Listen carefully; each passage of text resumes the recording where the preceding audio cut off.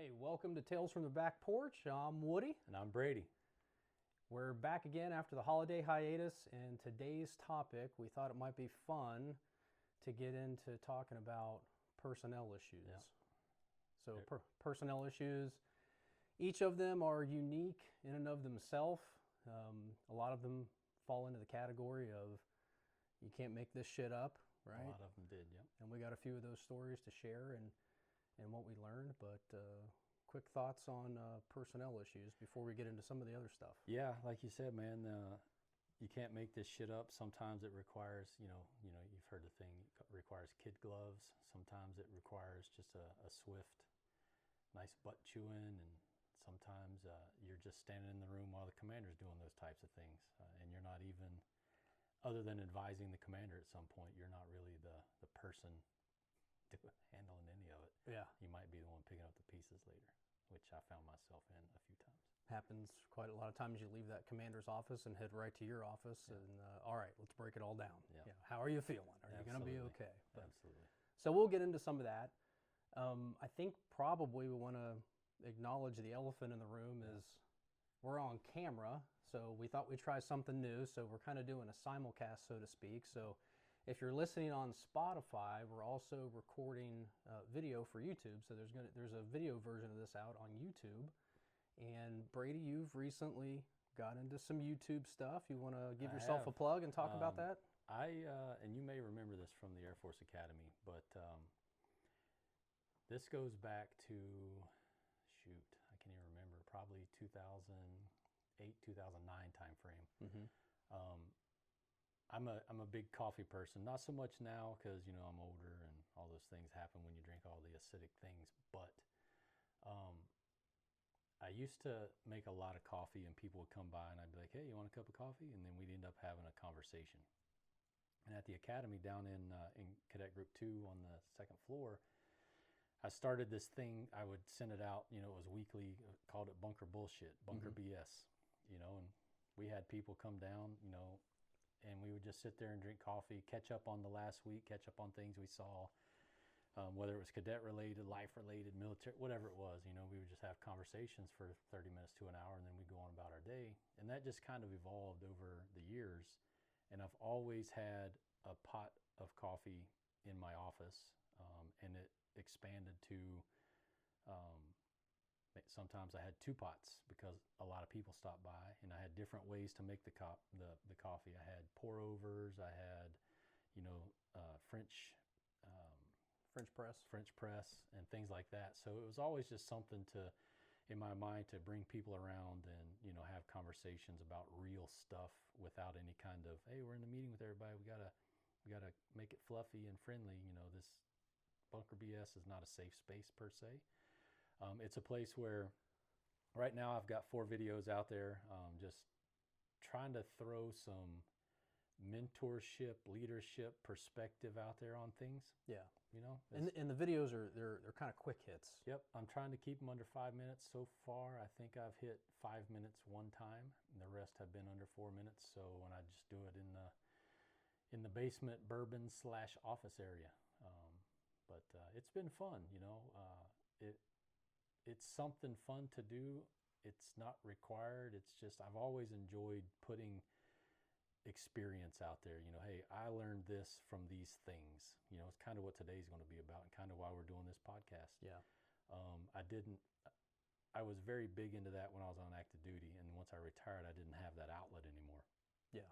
And it's taken a couple years, and, you and Aaron and Julie were key players in the podcast, and you are a huge part of why I got off my butt and started doing Bunker BS, because this kind of opened that up and it was fun.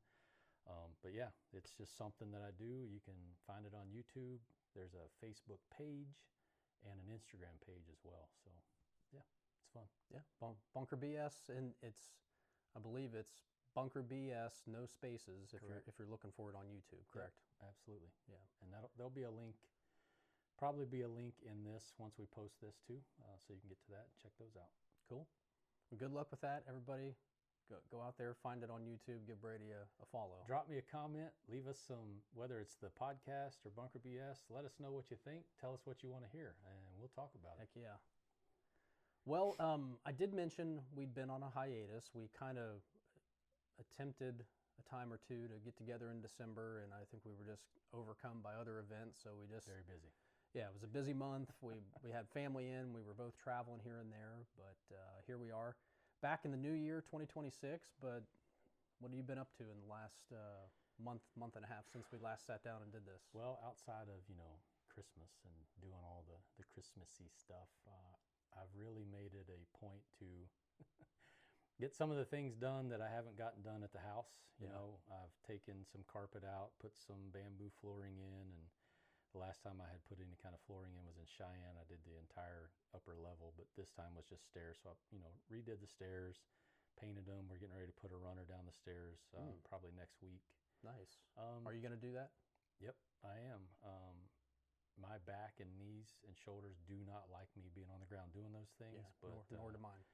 The hard part is over. Putting the runner down isn't going to be that big a deal. And the runner mainly, is Gypsy. She won't come down the stairs now because they're just solid wood and slick for her. Yeah. So we're going to put a runner down to add a little aesthetics. Yeah, there you go. Yeah, make Gypsy it a little easier for her. Let the 10-pound Yorkie get up and down the steps on her own. So, I mean, other than that and work, man, that's been about it. Nose to the grindstone type stuff. Do anything special for the holidays?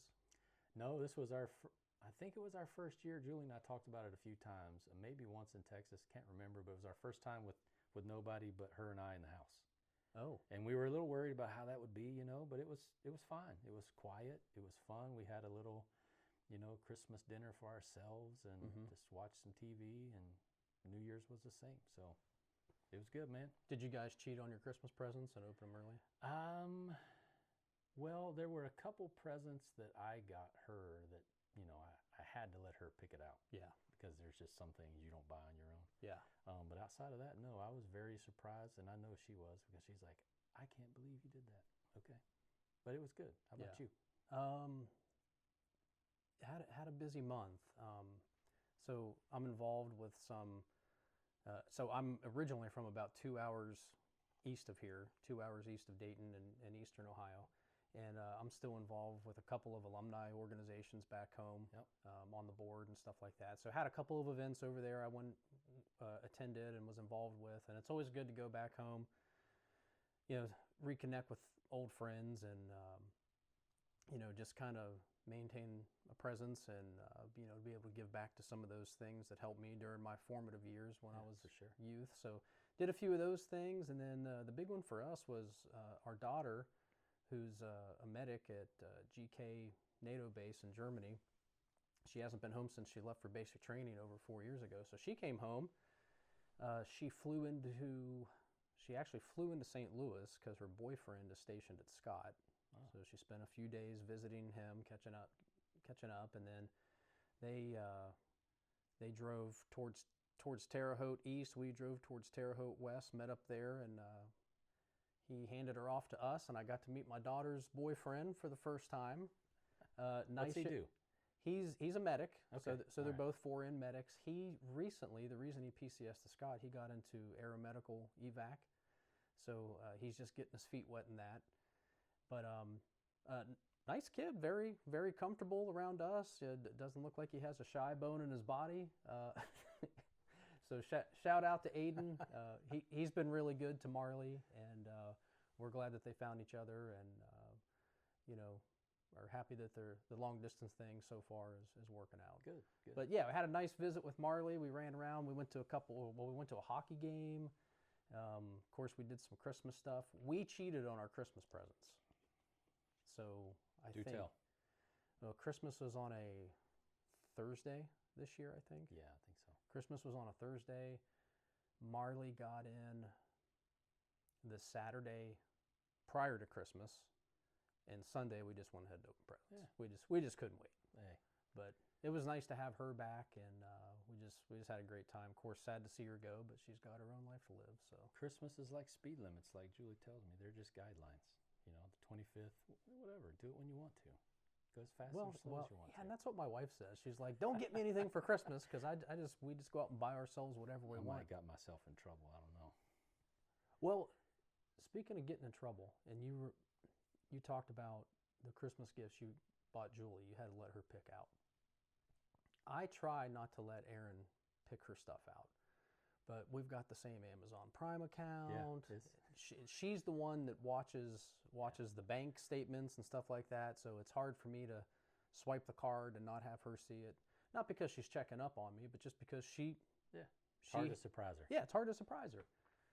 So I did manage to surprise her. I got a little sneaky with my Christmas gifts this year, so Christmas went off okay. So then our anniversary is New Year's Day. So about 3 or 4 days before our anniversary, I go down to the flower shop here in Huber Heights and pulled out the credit card that we never use. So thinking she's never going to see that statement, I'm like, hey, we've been married 26 years. I want 26 roses. Can you deliver them on New Year's Day? Yep. Whatever. Good to go. She's not going to see this transaction until well after the fact.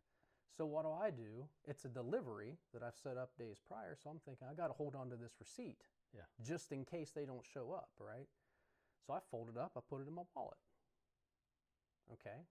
Well, 2 days before the delivery, Honey Pie just decides to, there's his wallet. Let me just see let me see what's going on in this wallet. Yeah, I need $1. I need $1. And then she's like, what's this receipt for? And I snatched it out of her hand. I'm like, that's a surprise. We had our little moment over that. But when the roses finally showed up, they went over well. Yeah, that's good. She acted surprised, even though I knew she wasn't. Happy anniversary. Yeah. How many years is that? 26. We got married New Year's Day 2000. Yeah. Julie and I will be 26 this July. Nice. Married 26 years. We're both not 26. But. Yeah. Well, don't I wish, right? Yeah. So good times, man. Yeah. Tough to get back to work after a nice long break like that, but yeah, for sure. I'm not sure everybody at work has come back to work yet where I work. Yeah. That's okay. Yeah, they were still trickling in this week in my shop, but yeah, it was actually good to be back and get back in the swing of things and start earning that money again. Yeah. Got to earn a living. Got to. So, what am I forgetting here before we get into the tastings? Well, we talked about Bunker BS, what we were doing, stuff like that.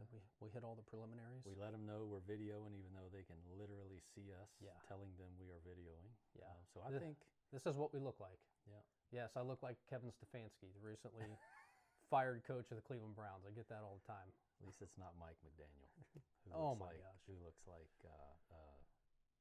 a drug lord at the moment. Yeah. My capri pants are in the wash. Yeah. Sorry. Yeah. Not a fan.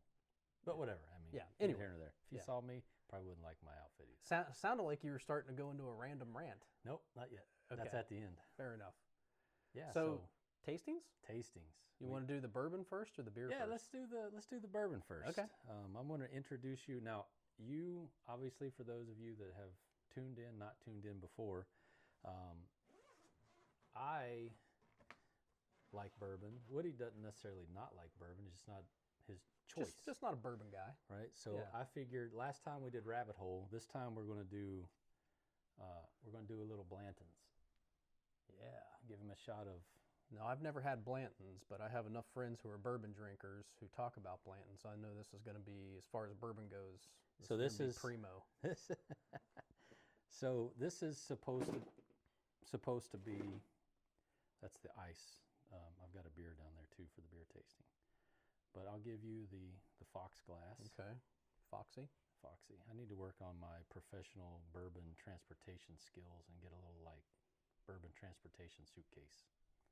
And I'll use the Stag. I'm sure there is such a thing. All right, so first thing I want to do is I want to kind of tell you just a little bit about Blanton's, before we jump right in and taste it. We'll taste a little bit without an ice cube, see what you think, and then we'll put an ice cube in it, swirl it around a little bit, that kind of stuff. So unlike Rabbit Hole, where it was the first time we introduced it, I didn't do, I obviously I've had Blanton's, I've got a couple bottles of it at the house, but I've done my research on Blanton's, but this is what Woody said is like the, Buffalo Trace is the distillery it comes from.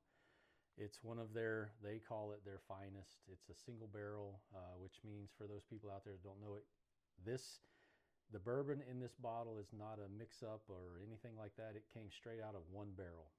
And the name Blanton comes from Albert Blanton. He was a colonel. He used to work back in the 1800s. He was like an office boy back at the distillery. And finally, in the early 1900s, he became like the CEO of what is now Buffalo Trace. Oh, wow. Started from the bottom and branched out on his own. Yeah. And he had a thing where he would go to Warehouse H, and Warehouse H is what they call at Buffalo Trace is the only steel-clad rick house that they have. Depending on who you talk to and what you read, it lets the weather do different things. You know, it may get hotter, colder, faster, things like that. And all those things contribute to, you know, how much a wooden barrel expands, contracts, and all that kind of stuff. Affects the taste. Right. Yeah. But he would always go to Warehouse H and pick a barrel, a honey barrel, to get his whiskey. Okay. And then a guy named Elmer T. Lee, when he took over, created, I think it was 1984 is when Blanton's was first bottled. Or not first bottled, excuse me, became the first modern single barrel bourbon. Okay, 1984. So relatively recently. Right. It is, I don't know if you've ever been to Buffalo Trace, but I've been down there. I've been in where they do the pouring. Each bottle is hand poured. It's, all the stoppers are, there's several different stoppers. And people collect the stoppers, and it starts with B, and this letter on this is O. So this would be, if you had all the stoppers from your side to my side, from B to S, it would depict a horse running a race. And you can collect all the different letters, and the horse would be posed differently on the stopper. Like he's galloping. Right. Yeah. And you can go to Buffalo cool. Trace, and you can buy all the different stoppers if you want to, and they've got cool little holders and all that stuff. You can buy the stoppers, but not the same. Isn't it more genuine if you? Yeah. Yeah. So, you know, they do this bourbon hunting thing these days, and there's YouTube channels everywhere. But I have an O, and I don't remember the other letter I have at the house, but I'm not worried about getting all the letters right now. Right. You know, so anyway, this is Blanton's single barrel from Warehouse H, so on and so forth. And it's supposed to be one of the premier bourbons out there. A lot of people, you know, seek it. It's an allocation, which means if you go to Buffalo Trace, you can buy one, and then you have to wait a little while before you can buy another. If you buy this at Buffalo Trace, you're spending about $70. If you go out to the economy, it really depends on where you're at, on how much you're going to pay.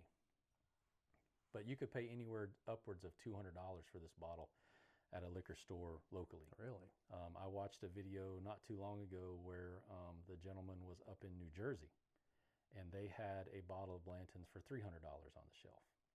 So if you can get to Buffalo Trace and get the bourbon there, you won't pay, you know, the markup price out in the real world. So I've gotten both of my bottles down at Buffalo Trace. It's only 2 hours from us, so it's not a hard drive at all. Down in Kentucky. Kentucky. Yeah. Yeah, I'm already, even from this distance, I'm already smelling it. It actually smells really good. Yeah. So I have bourbon stories, but just a real quick one that isn't Blanton's. But I recently came into a bottle of Calumet Farm 16-year. And that bottle at the store is like $160. And I got it for Christmas. Julie got it for me. And I was super excited, you know, and I watched videos about it, trying to, you know, get the flavor, what people think, you know, and I watched this one video of this couple who was doing blind tastings. So they'd have all these little bottles of their different whiskeys, and they'd just put a number on it, and they'd pick number 7 and 22 off the shelf, and they would compare them. Yeah. That day, that video I was watching just happened to be Calumet Farm 16. And when they were drinking it, they're like, oh my gosh, this is so sweet. It reminds me of a red popsicle. Now, granted, I hadn't opened it yet. I haven't tasted it before. I've never had it. But I've seen it numerous times, and it was on my list of bourbons to get, yada, yada, yada. So I'm super pumped, right? I'm like, hey, this is going to be a very sweet bourbon. I mean, it's bourbon, so it's going to be alcohol. But sure, yeah. So I crack it open like a week or so ago, and I give Julie a pour just like I did you and myself. And I'm like, I do the little, little swirly. Yeah, oh, look at the oil on the glass and all the stuff that they do in the videos. You know, I just like drinking bourbon. I've told you that. And I was ready for a red popsicle. Yeah. And what I got was a 16-year-old taste of what I thought was gasoline. Oh. So, and I was just like, oof. That's you weren't didn't pick up the red popsicle? I'm not sure where they got the sweetness in the red popsicle. But if you could dump gasoline in a glass, then that's what I thought it was. Nothing against other people that like it. My point to the whole thing is, what I have learned over the last couple of years when it comes to bourbon is everybody has a different perspective on what they're putting in their mouth. Yeah. Bourbon-wise. Because, you know, everybody's taste buds are different. Yeah. Like, you may love this. This is a medium bourbon to me. You know, it's okay. It's not my favorite. My favorite was last time, Rabbit Hole. Yeah. But you may love it. You may go out and be like, I want that. I will pay $200 for that. I would not pay $200 for it, but some people will. Yeah. But it's all personal preference, right? Yeah. So all that being said, you know, I don't know what the scent is supposed to be because I don't really care about those. I don't have a developed sniffer. It smells sweet. To me, it smells like acetone. Well, now that you say that, let me take another whiff. But again, my nose is not a developed sniffer of all those aromas. I see how you could get that. It smells like, now that you say it, I'm going to change my fingernail polish. Yes. Remover. It smells like sweet acetone. Okay. So, you know, when people say like, well, look at the oil, you know, on the glass, and there are reasons for all those things, the consistency, and but nonetheless, this is one of Buffalo Trace's premier bottles. It's not there. There's several versions of Blanton's too. There's gold, there's rye, there's different ones. But this was the honey barrel. Supposedly all of them come out of it honey barrel. All of them. Oh, so that's just barrel. Blanton's thing. That's not like this one. That's part of the flavor. lore, part of the story. That's where he went and he would get it out of honey barrels. So maybe that's where the sweetness is coming from. Bottoms up.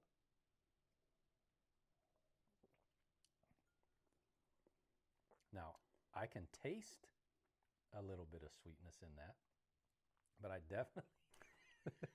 definitely could not smell it. Yeah. And the more it lingers there, the more flavor comes out too. Yeah. That's just what I was going to say. There's a lot of stuff happening on the back end there. Yep. It's hot, meaning, you know, there's a lot of, well, hot's not that anybody out there doesn't understand. But there is a burn to it. There's a burn. But it doesn't last long. It comes and goes on the back end, but then that's when those flavors come that's out. what I was going to say. So as a bourbon novice, what I experienced was initially sweet, tasted the sweet for a few fractions of a second. Then I got the burn, and then I was thinking, uh-oh.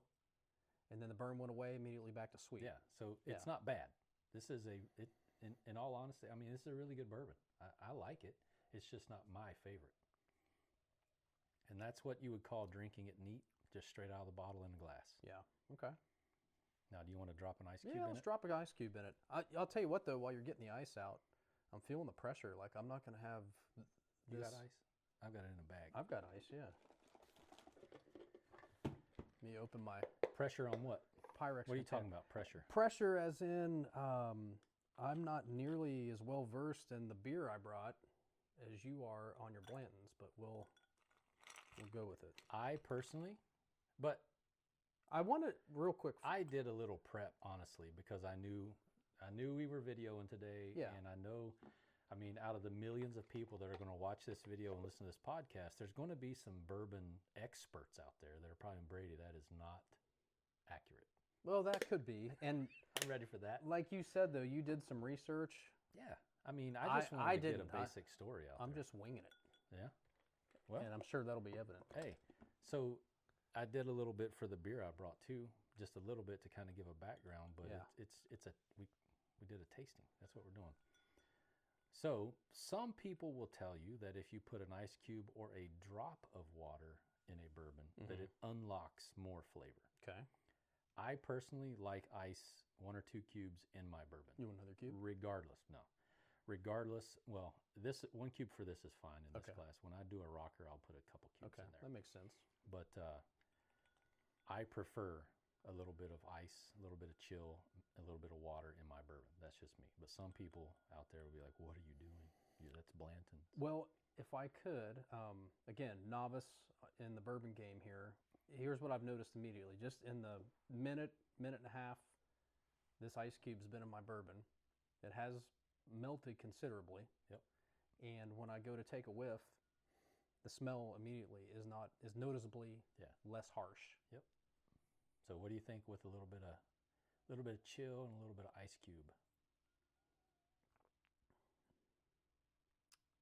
A lot milder, huh? A lot milder. Yeah. Big easier difference. to sip on, in my opinion. A lot of that barely back end. burn. Yep. Barely any burn at all. But I would also, I think, when you put the ice cube in there, and this is probably why a lot of people like it neat versus an ice cube, is it obviously gets watered down. Yeah. But some of those flavor profiles kind of are deadened as well. I could see that. On the back end, I didn't get as much with the ice cube as I did with it neat. True. But you also didn't get the burn. I also, but I'm sure there's people that like the burn. Absolutely. They can probably tell things about the bourbon on how much it burns. Dude, right? there's a show out there. It's called Irish People Drinking American Whiskey. Oh, shit. If you have not watched that, folks, go on YouTube and Irish people drinking American bourbons, American cocktails, or whatever it is. And it's the same group of people. Yeah. And the goal is comparing, like Blantons to an Irish whiskey. It's hilarious. But to your point, there are some of them that are just like, I love the more burn, the better. Really? And then the person sitting right across the table from them are just like, I don't like it. I don't like it. So it's very funny. Is that show? So they actually like some of the American? Absolutely. Okay, I thought maybe it was just one of these things like, oh, this yesterday sucks. They come out every Monday. No, Friday. Excuse me. Every Friday they have a new video. And yesterday they were tasting Woodford Reserve, and I almost brought Woodford Reserve Double Oak, which Woodford Reserve is a great bourbon. I love it. Julie and I both. I don't say drink it a lot, but we like Woodford Reserve. Well, if Julie likes it, that's saying something, yeah. But she didn't like the Calumet 16 either. Oh no.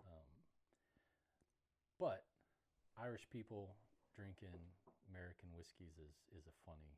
It's just funny. I'll check it out. Yeah. I'm always down for a laugh. They're probably 10, 15-minute videos, but there was one where they were drinking 6 or 7 different ones and comparing them. Yeah. But yesterday it was just, what did I say? Woodford Reserve, Double Oak. Yeah. Okay. But it was really good. But yeah. So what do you think? Overall, Blantons? Overall, Blantons. I used to do chicken sandwich reviews, and I had a banjo scale because I'm from West Virginia. Oh, shit.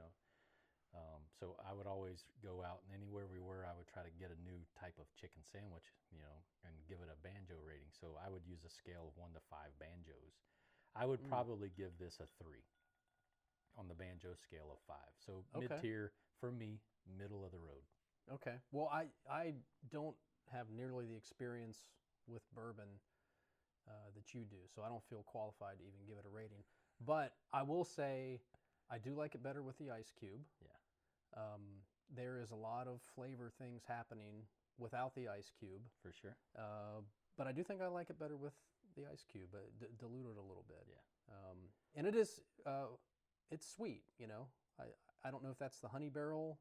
I don't know what that is, but as far as bourbons go, again, I'm not a bourbon guy. Proof too, so it's under 100. So okay.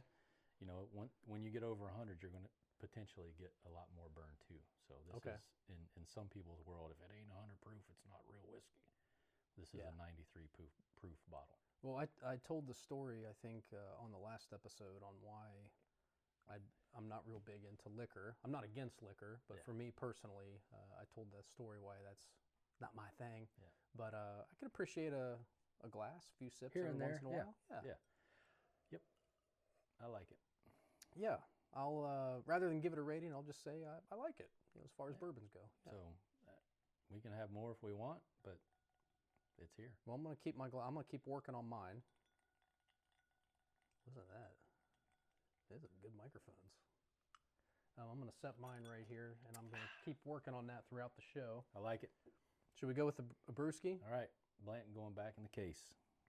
Back in the case. All right, what do you want to do first? Case will... Oh, look at that. Yeah, I got my little beer tasting glasses here. Nice. And I kept them small because we don't want to get shithouse drunk on this son of a bitch. If I do, Caden, I'm calling you. You're coming to get me. For everybody out there, Caden's my son. So what I've got today, this is Ooh, Leinenkugle. Leinenkugle's White Mocha Stout. Mocha Stout. White Mocha Stout. So I immediately go to coffee. Yeah. You will go to coffee on this thing. The reason I grabbed that off the shelf is because it just sounds interesting. Yeah. I like a stout. I like a mocha every once in a while. Do I like that flavor in a beer? Well, how the hell are you going to know unless you pull it off the shelf and give it a try? Try it. Now, I'll say before I forget, if you buy this in the Dayton distribution area, this came in a 6-pack. The 6-pack comes in a box. And when I went to grab it out of the cooler, I thought I was grabbing a 12-pack. And I was like, what the hell? It's a six-pack in a box. Never seen that before, except from our friends at Leinenkugle's here. Leinenkugle's never had a bad beer. They do have a lot of unique flavors. Of course, their most famous is probably Summer Shandy. Very good beer. Very good beer. They have a Kolsch that's great. They have a citrus. They've got a holiday. They've got a vanilla. Where's Leinenkugle's out of? They're up in Wisconsin. Okay. And quick story, I love Leinenkugle's. I've never had a bad beer from Leinenkugle's. I haven't either. Some I like better than others. And actually, just the original Leinenkugle's, no flavor, just Leinenkugle pills. It's actually a great beer on its own as well. Might be that and the Kolsch are probably my favorites. But I have a friend, shout out Andy Wycheck. He's from Wisconsin. And at one time, my beer fridge out in the garage, it was just full of Leinenkugle's. Yeah. And of course, Andy, being from Wisconsin, he got a big kick out of that. And then he goes on to tell the story. He was like, man, being from Wisconsin, back in the day, you show up to a party with he calls it Leinie's as a local, right? Man, you show up to Leinie's, everybody's like, oh man, you brought Leinie's? So I guess, as a lot of things, from wherever you're from back home, I guess maybe the folks back home don't have quite the appreciation for Natty it. Light where I'm from. Yeah. So anyway, yeah, I've never had a bad beer from Leinie's. I don't have any reason at all to bitch about it. Mocha, white mocha stout. White mocha stout. Now, the first thing you're going to notice about this. Let me take a sniff. Yeah, take a sniff. What Definitely got a coffee aroma. Coffee aroma for sure. Yeah. When I pour this, here's what caught me off guard immediately. It's a white mocha stout. Stouts are usually dark. Dark, yeah. This is not dark. It almost looks like a blonde, but then when you factor in white mocha, Maybe that's what did it. maybe it makes sense. So I'm going to put you on the spot. yeah, okay. I like beer, but what is the stout? What is stout? So yeah, I'm not real hip on the chemistry, but say like stouts and porters, they're usually a darker, thicker, more robust beer, maybe a little less carbonation. Ooh, right. And some. Then you get like a Guinness. I was going to say, right? So a Guinness. A Guinness is a stout, but a Guinness has that real fine, thick, bubbly, thick carbonation. It's almost like a milkshake, right? So your porters and stouts are a little thicker, a little darker typically with maybe a little less carbonation. All right. So we'll see what we get here. Let's go. And I know I'm going to have some critics on my pour. You say when. You want to know what I think about critics? I think I know what you're going to say, but go ahead. I don't think about critics. Yeah, I love it. This is what we're doing, and if they don't like it, change the channel. Little cheers, yeah. Definitely, I'm back at that coffee flavor for sure on the sniff. For sure, yeah. Yeah, but you notice, I don't know if you can see that on camera, for a stout, that's very light. It's very translucent. You can see my shelf in the background through the beer, but it's got a stout kind of texture and flavor maybe. Man, you're killing it with the beers, man. The key lime last time and this one. Yeah, some might call me foo-foo on that, but I just see something unique, white mocha I was stout. expecting I gotta try a that. very strong coffee type flavor, but it's very light, Light and mild. very light and mild. For a coffee flavor and For a it- stout? For it to say mocha stout, I was expecting something much more pungent to smell, but much more aggressive Yeah. of a taste. That's very nice. Thank you. You were talking about your 1 to 5 banjo scale, and I actually have a 6 to 10. 6 to 10. 6 to 10 pound. I call it the poundability scale. Oh, okay. Being able to pound the beer. Being able to pound the beer. Gotcha. And I used to do this a lot. Couple years ago, on social media, I used to do like a beer rating a week, and just provide my thoughts and rated a poundability factor. And I just got out of the habit of doing that. I PCS'd and the health issues. I don't drink beer like I used to, but for a stout would typically. Let me explain my scale. 6 to 10. Why start at 6? Well, that's under the premise that there's no such thing as a bad beer. So every beer is at least a 6. Okay. And then the higher you get, it's, poundability. Could I sit here all day and just drink the shit out of this beer? I'm glad you said that, because when you say poundability, I'm like, chug a beer. That's what first came to my head, but I like what you're talking about. Like, could you sit there all day and watch a football game for 3 or 4 hours and have these beers? Yeah, like some beers, it's like, after 2 or 3, I'm bloated. I can't take anymore. But if I could sit there and throw back 6 or 8 of these over the course of 3 or 4 hours, that's probably a high rating on the poundability scale. So poundability hashtag. I'm doing this. I'm doing this live. I haven't really thought about a poundability rating. Dave Portnoy, if you're watching, pizza reviews, we got beer reviews and bourbon reviews going on. Come on. Man, I'm gonna put that at like a high 7, almost an 8. Like I think that for a stout, I think that's very poundable for a stout. I mean, I don't think I could do it all day, dude. I do not see it as a stout. I don't need it. It's called a stout. Yeah. Is it a stout? This is a very, very light, mild, but very tasty beer. I'm giving this 4 banjos. All right. With an extra pack of strings in there. Cheers. With an extra string. You've got a fully equipped banjo with all the strings, but I'm going to give you a couple extra strings in there. I like it.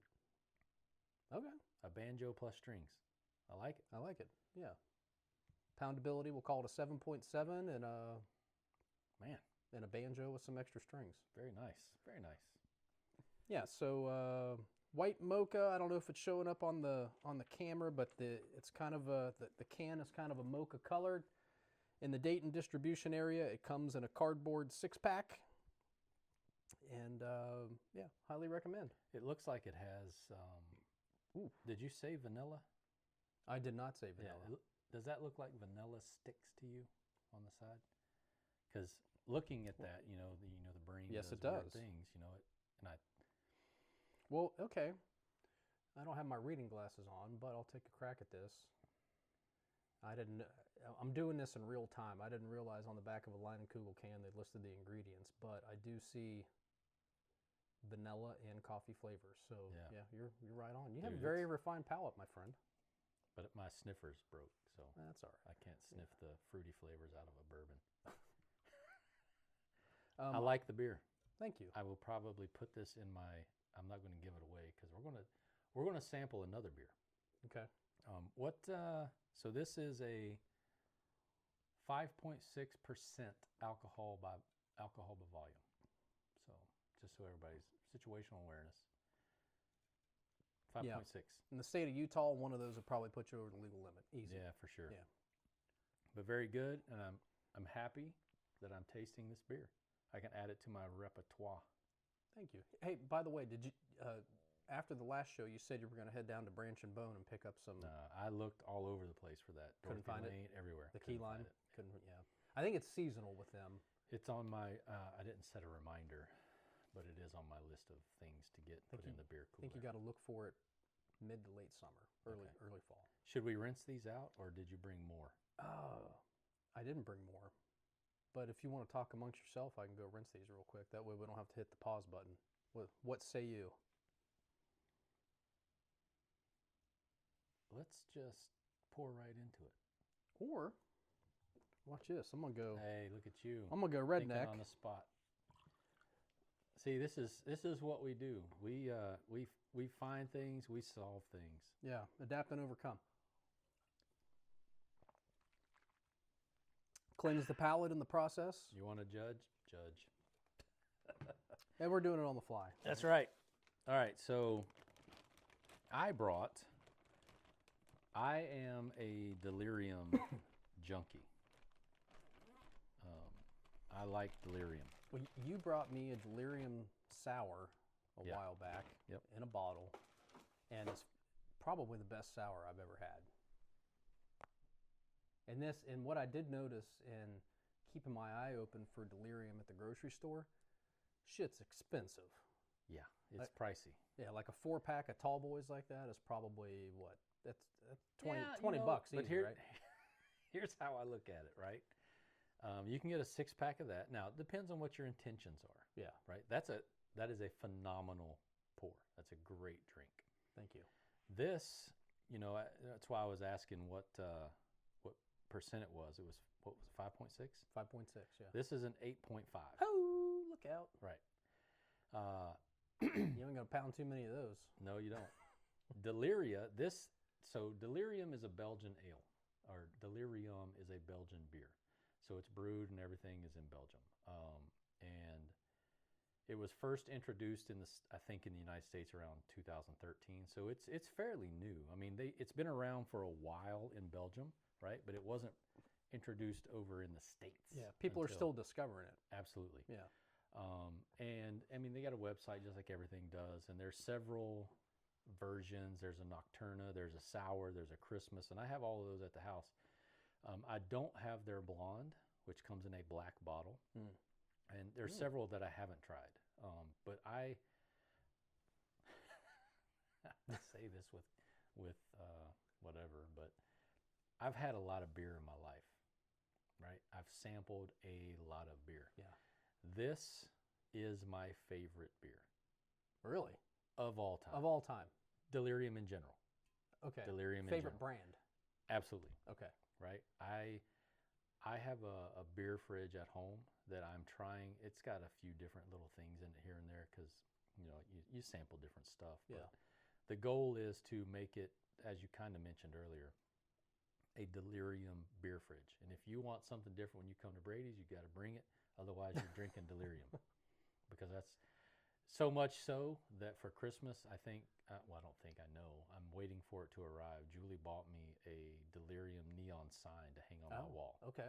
And you'll see that in the background of Bunker BS here. Shortly, it's supposed to arrive yesterday, so maybe it'll get here today. Okay. But I love it. I absolutely love it. And this one in particular, the Deliria, they brew it once a year. And it's brewed wholly by women in recognition of the International Women's Day once a year. So it's brewed once a year by women and then put out from there. This is probably brewed by women with hairy legs and hairy armpits. Hey, maybe women. I mean, European, right? Absolutely. Yeah, absolutely.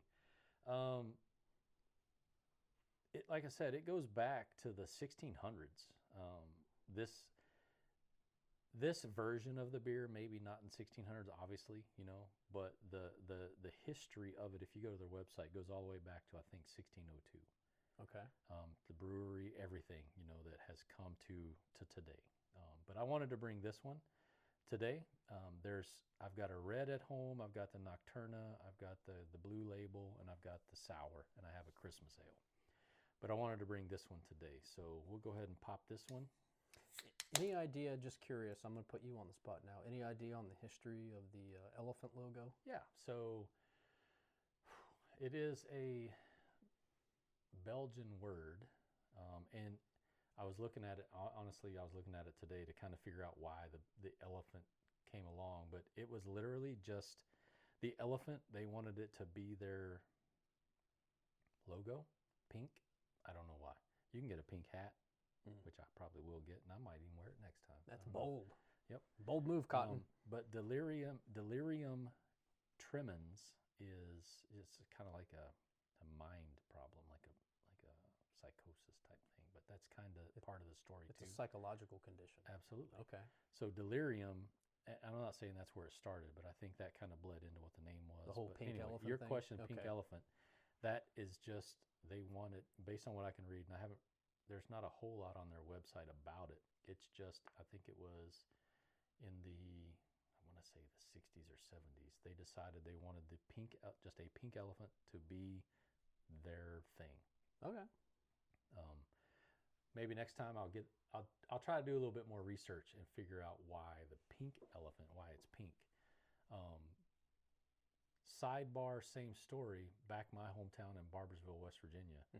I can remember going up and down Route 60, which was the main thoroughfare from my little village. There was an insurance agency that sat on the left side if you were coming down the hill from what used to be Kroger and Kmart. And on the left, they always had a pink elephant out there. So every time I see this pink elephant, I think of Route 60 and that insurance agency. Reminds you of home in some way. And maybe that's what it is. So I'm going to pour this, and it's a light. It's very light. I say light beer, but I give the viewers a view here in a second. That's the quietest pour ever. Sound do effects. something, break the silence. It got awkward. So this is 8.5.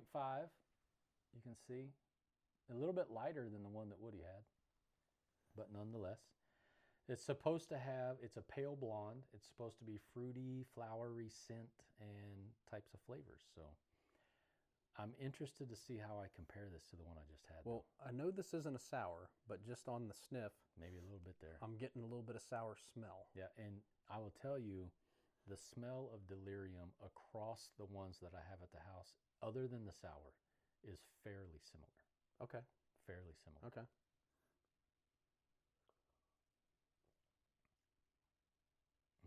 I love it. It's very, if you're a beer drinker, you're going to know what I'm talking about. It's very ale-y. Yes. As soon as it hit my tongue, ale. I love it. Yeah. So I think the delirium sour is just, it's their, I think, and I have no idea, I think it is where all of them start, because if you taste that, the initial little tiny bit of sour that you get, Yeah. and maybe they've filtered it or whatever they do to get it to what it is right now, not a sour, but for me at least, right off the bat, I get a sour note. And I'm a sour guy. I told y'all last time. There's a little hint of sour in there. It's very ale-y. It's almost like, I know this is not an IPA, but I'm just, again, Real close though.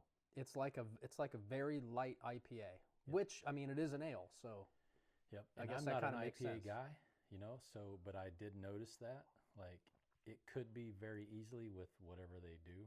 It has that slight bit of IPA-ness in it, Yeah. but it's not like crazy. I think, IPA is not everybody's cup of tea. It's certainly not my cup of tea, but Y'all hear me slurping right there? the first couple sips of this, my thought is if you could take or leave an IPA, like if you're like, it's okay, but I don't really like it, I think you would like this. I think so. Yeah. I do not like IPA, but I do enjoy this. Yeah, this is good. It's in addition to light, it's crisp. Yep. It's crisp on the tongue. But I will tell you this much, and that's why I packed it in the cooler around ice in a gallon ice. I put all the ice in a gallon bag, and then I put ice blocks on top of it because I just like ice cold drinks, period, other than bourbon. To me, the beer has to be ice cold. Once this starts losing that ice coldness, it's not the same. It's not the same. No. Yeah. So we need to drink this fast. Okay, fair enough. Twist my arm. So I would say, though, from a poundability perspective, And this doesn't mean it's a bad beer that I don't like it. I would give this a little bit lower poundability rating, maybe like a high 6, like a 6.7 or a 6.8. Only because... Is that because it's an 8.5 and you'd be drunk after 2 or 3? No, not at all. But I think it's Woody's opinion. I don't think ales lend themselves well to all-day drinking. Why is that? All-day pounding. I'm just curious. I don't know. I think for me personally, I think it's that a little bit more bitter flavor type thing. Yeah. But hey, everybody's different. Yeah, so I'm not going to give it away, but next time you'll probably try a different delirium. Okay, I'll take that. But I do like it. Like I said, just because it doesn't have a high, like it's okay not to pound beer. Like it's okay just to pour a glass of beer and enjoy that glass of beer. And I think this would be a good after long day at work. I'm gonna sit and enjoy a beer. So you say that, and I reflect back to my college days playing rugby at Marshall University. Shout out Chad Pennington. Randy Moss. Oh yeah. But anyway, we used to, speaking of this, to me, what I heard when you said that was this is a good introduction to the day. Not what you're going to drink all day, but maybe what you drink at the beginning of the day to kind of get in the mood or whatever. Yeah. So when we were playing rugby, we would rent out the bar, and we would bring all the teams in, and we would provide the drinks. And we'd go get, 4, 5, 6 kegs, whatever. And at one point, I was the guy that was responsible for getting the beer. And I would go get,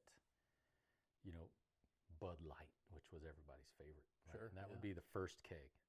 That would be what everybody started off with. Yeah.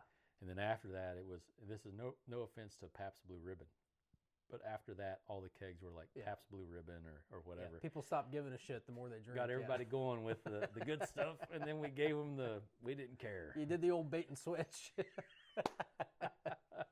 Absolutely. All right, so that's bourbon and beer with Woody and Brady. Bourbon and beer, yeah. We will finish off this Deliria. Yeah, we'll take our time. Actually, while you're pouring that, I'm going to take a sip of my bourbon, then I'm going to chase it. And just so everybody knows out there, I mean, this isn't what we do on a daily basis. Once a month so far is what we've done a podcast. So, I mean. Well, yeah, I used to, when I say I used to, a couple years ago, like beer was always my thing. And I thought, well, I've reached a point in my life, I'm making the kind of money now that I can buy some of this $20 4-pack beer type stuff. And so that's when I got into like the social media, like sharing different exotic beers and offering my opinion and this and that. And I was just all about the beer. There's a great beer culture here in Dayton, There is. et cetera. And I love beer culture. And then story we won't get into today. A couple of years ago, I had a heart attack. And so I'm a little more health conscious now, but something happened in that process, the medications, et cetera. I just don't have a craving for beer like I once did. And I say craving. I never had a drinking problem. I never needed a beer to function. But if you did, you're okay. You addressed it. You recognized it and all those things. So that's a story too. Let me tell you later. But anyway, yeah, I don't drink. I've never been a heavy drinker, but I still don't drink like I used to. I just don't have the appetite for it. I am what you would consider a cheap date. One of these at the house in the evening, I'm good. You're out. If I drink 2 of these, I'm feeling tomorrow. So you're sleeping on the recliner. Absolutely. Yeah. Absolutely. Right. Fair enough. But I've never been have I? Yes. Am I? No, a heavy drinker. But it runs in the blood, but Yeah. Whatever. Well, my mom always told me that I come from a family with an addictive personality, and I look at my family and I can't think of anybody who's addicted to anything. But I think if that were true, which I'll get into in my random rant, I think I got addicted to PT. Yeah, that's weird. Not for you. You say addicted to PT. I used to hate it. It's a whole different story. It's a whole different story. Anyway, yeah, I won't get into Yeah, it. there's some psychological things there that we're probably not qualified to. But anyway, should we get into today's actual topic? Let's do it. I mean, hell, we've been going an hour already. We haven't even shit. I think we're ready to talk about some personnel issues. Now we're lubed up. We're lubed up. We got a little bit of our inhibitions reduced. Yeah, so. Thrown out the window. We're used to being on camera now. Let's talk some shit. Let's talk some shit. Let's share some you can't make this shit up type stories. Let's talk about good stuff. There you go. So today's topic, personnel issues. Yep. And again, Brady and I talk about a lot of the things on this show from a military perspective, but you could take the same context and you could plug that into probably any work center, any industry, and there's a lot of parallels there. So over the course of our each 20 plus years in the military, you come up through the ranks, you start to supervise. Before you supervise, you have peers that you maybe watch from afar, and you think, "Oh, I'm glad I'm not that guy right now." You know, making a poor decision and standing on the carpet. But as you grow and progress in the military, you supervise more and more people, and your breadth of folks who you're responsible for, really just the scope can just almost get out of hand. I mean, there was a point, I think the most I ever had that I was personally responsible for, I had 105 when I was at Whiteman. I had 100.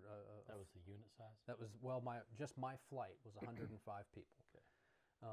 Then I got to the MAGCOM level, and then of course you have everybody in the MAGCOM, but I'm not dealing with day-to-day personnel issues at the MAGCOM level. So we'll call it 105 is about the most folks that I ever had. Yeah. What about you?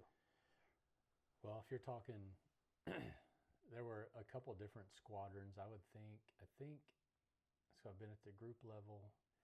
I don't really count the 343rd down in Texas Tech School as, yes, it was a squadron, and it was the largest squadron in the Air Force, but it was largely comprised of technical training students. Mm-hmm. So depending on how you look at that, at any given time, I had 2,000 people in that squadron. Yeah.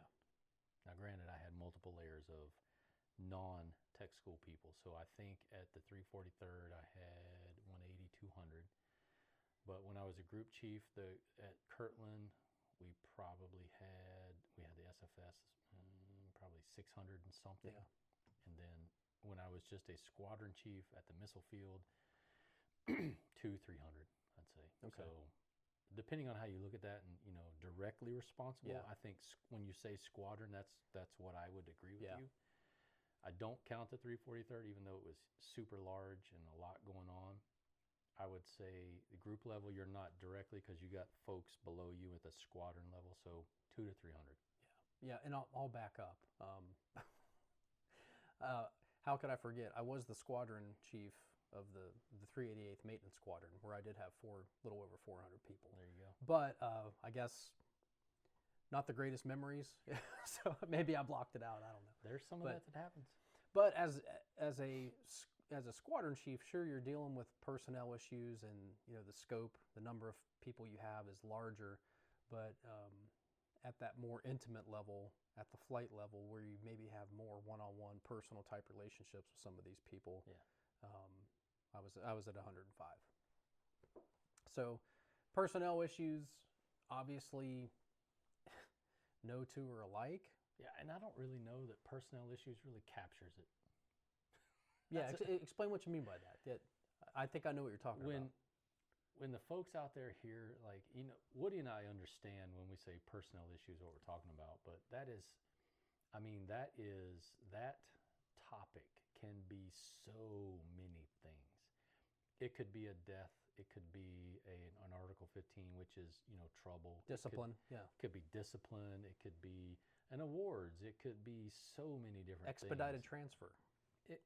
So many things. So we're just going to try to narrow it down to maybe one or two stories each, and try to and just keep in mind out there that these things that happen in our careers were probably stretched over maybe a week at best to 6 months or longer for some issues. Depending, yeah. Right? So when we say personnel issues, just know that there is so much that goes on. I mean, it can happen quick, but it could be a very long process to, like an expedited transfer just doesn't happen. I mean, it happens overnight, but it doesn't behind the scenes happen overnight. There's so much that goes into these things. Yeah. So we're just going to try to sum up some of the, let's say our favorites. The ones, a few Our that's, most enjoyable. that stand memorable, maybe. Yeah. There you go. Yeah. Our most memorable. Yeah. Anyway. Yeah. Like Brady said, they're not always bad either. I mean, it's not always someone who gets in trouble. I mean, me personally, I think the first time I was ever someone else's personnel issue was I was a brand new airman at Travis Air Force Base, had been there like maybe 2 or 3 months, and my grandfather died. And for a long time, I had aspirations to be a first sergeant, and the reason was because I had a very good first sergeant at my first duty station, and Master Sergeant Hagedorn. And I had this death in the family. Well, it was actually my grandfather died, and you know, at the time, looking back on it, there was no reason for him to come in at 9 o'clock at night and offer me financial aid and help me book my plane ticket. There was no reason for that. It's not like it was like, you got to get home now. Right. It was like, okay, we've had a death. We can do this tomorrow. Like nothing's going to change overnight. But he acted with that sense of urgency. So what triggered the whole thing, I was on the squadron bowling team, and I was supposed to be down at the bowling alley, but instead my mom had called me and told me that my grandfather passed away. And so obviously bowling's not the first thing on my mind, and they're calling around trying to find me. Well, my phone's busy. Well, they get a hold of the shirt, Sergeant Hagedorn, like, hey, we can't get a hold of Harrelson. You know, what's going on here? Actually, they didn't get a hold of the first sergeant. Somehow the first sergeant was alerted. Word got out that my grandfather died, and the shirt's like, meet me in my office. This is literally like 8 o'clock at night. So me and Aaron were married at the time. You know, he's got all kinds of kind words to say and this and that, and he's like, how's your bank account look? Well, at the time, we were newlyweds, and so we had some money gifted to us. So we were our bank account was okay. And so I was like, oh, I don't know what it was. We've got $5,000 in our bank account. And he's like, oh, okay. Because I was gonna try to get you some help through Air Force Aid, but I think you're okay. I'm like, yeah, we're okay. You know, he's like, okay. And this is back in the day before cell phones, and even we didn't have a personal computer at the time. You know, and he's like, well, airline tickets. You need help getting home. You need help booking those, or you know, at that time, Aaron had already been on the phone. Yep, well, we got our tickets booked, and so really, the first sergeant didn't do anything for us, but he cared. Yeah, he wanted to get us face to face, make sure we were good. If we needed help, he wanted to try to help us. And you know, a day or two later, we were on an airplane back home, and you know, did that whole thing. But his level of commitment to Airman Harrelson's situation that I really didn't need a first sergeant for at all. Yeah. Just, I always appreciated that, and it always kind of inspired me to want to become a first sergeant myself, although I never did.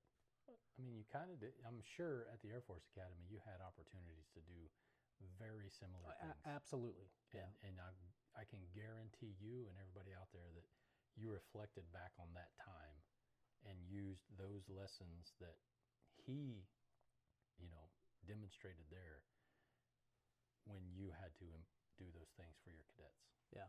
Oh, absolutely. And I think my time at the academy scratched that itch for me.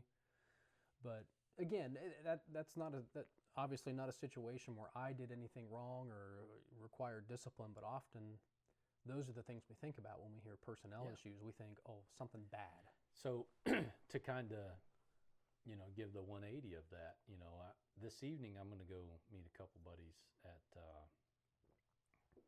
some place called Hollywood Gaming. And one of the guys that I'm going to go meet is, he is the chief over here on base for the Security Forces Squadron. Okay. And when I first met him I had just come back from Germany, and I was at Holloman, and he was an A1C at the time, and I was a tech sergeant. Mm. And it was BTZ time, below Okay. the zone. The opportunity for an airman first class to promote a little bit early. Nothing crazy, but you got to put the work in and do the things, right? And what's funny is when we talk about personnel issues, it's not about, me listening to what everybody else has to say. There is a piece of that, right? But I have to use my own personal judgment and observation and things like that and apply that to the situation to, in my opinion, handle it the best way. So I get there, and it's below the zone time, and, I'm looking for a candidate from my flight on nights. I'm like, and I pick this guy. I start doing the package and all the stuff, and everybody's like, what are you doing? This guy's nuts. He's blah, blah, blah, blah, blah. I'm like, okay, so he's a little rough around the edges. He's an A1C. Yeah. Let's smooth those edges out, right? But personally, I think he's worthy. Anyway, so I do the package, submit it, get a little bit of, professional criticism from the ops soup and all this other stuff. Sure. Long story short, he ends up winning. Huh. How about that? I don't know if that's 100% he did the work. I was able to put it in a package. Yeah. Long story short, the dude is now a chief, right? So personnel issues, to your point, are not always the disciplinary negative thing. It is recognizing things in people in general and being able to extrapolate that stuff and make things happen for the people that you are supervising, or that you're in charge of, and things like that, to not necessarily help them along, but to provide them the opportunities and the things that they've earned, whether that be discipline or promotion or A an deck award or decoration, or whatever that is. That was our job, and that's kind of, when it comes to personnel issues, there's such a wide scope of things it can be that, anyway. Well, to your point, something that came to mind while you were talking there, one of your charges as an NCO, as a supervisor, senior NCO, is to, take care of your people. And like you said, getting them things they deserve, for better or worse. And one thing that was always a pet peeve of mine, I always thought, like these extended tour decks. Yeah.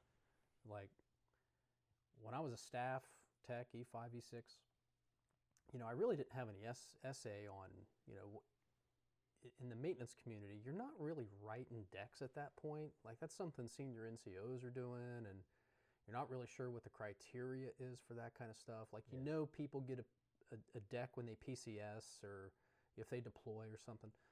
Well, then, I don't know, you sew on E7 and this whole other perspective opens up. And I quickly realized, like, we got a lot of people in this work center that are eligible for a time on station extended tour deck. Yep.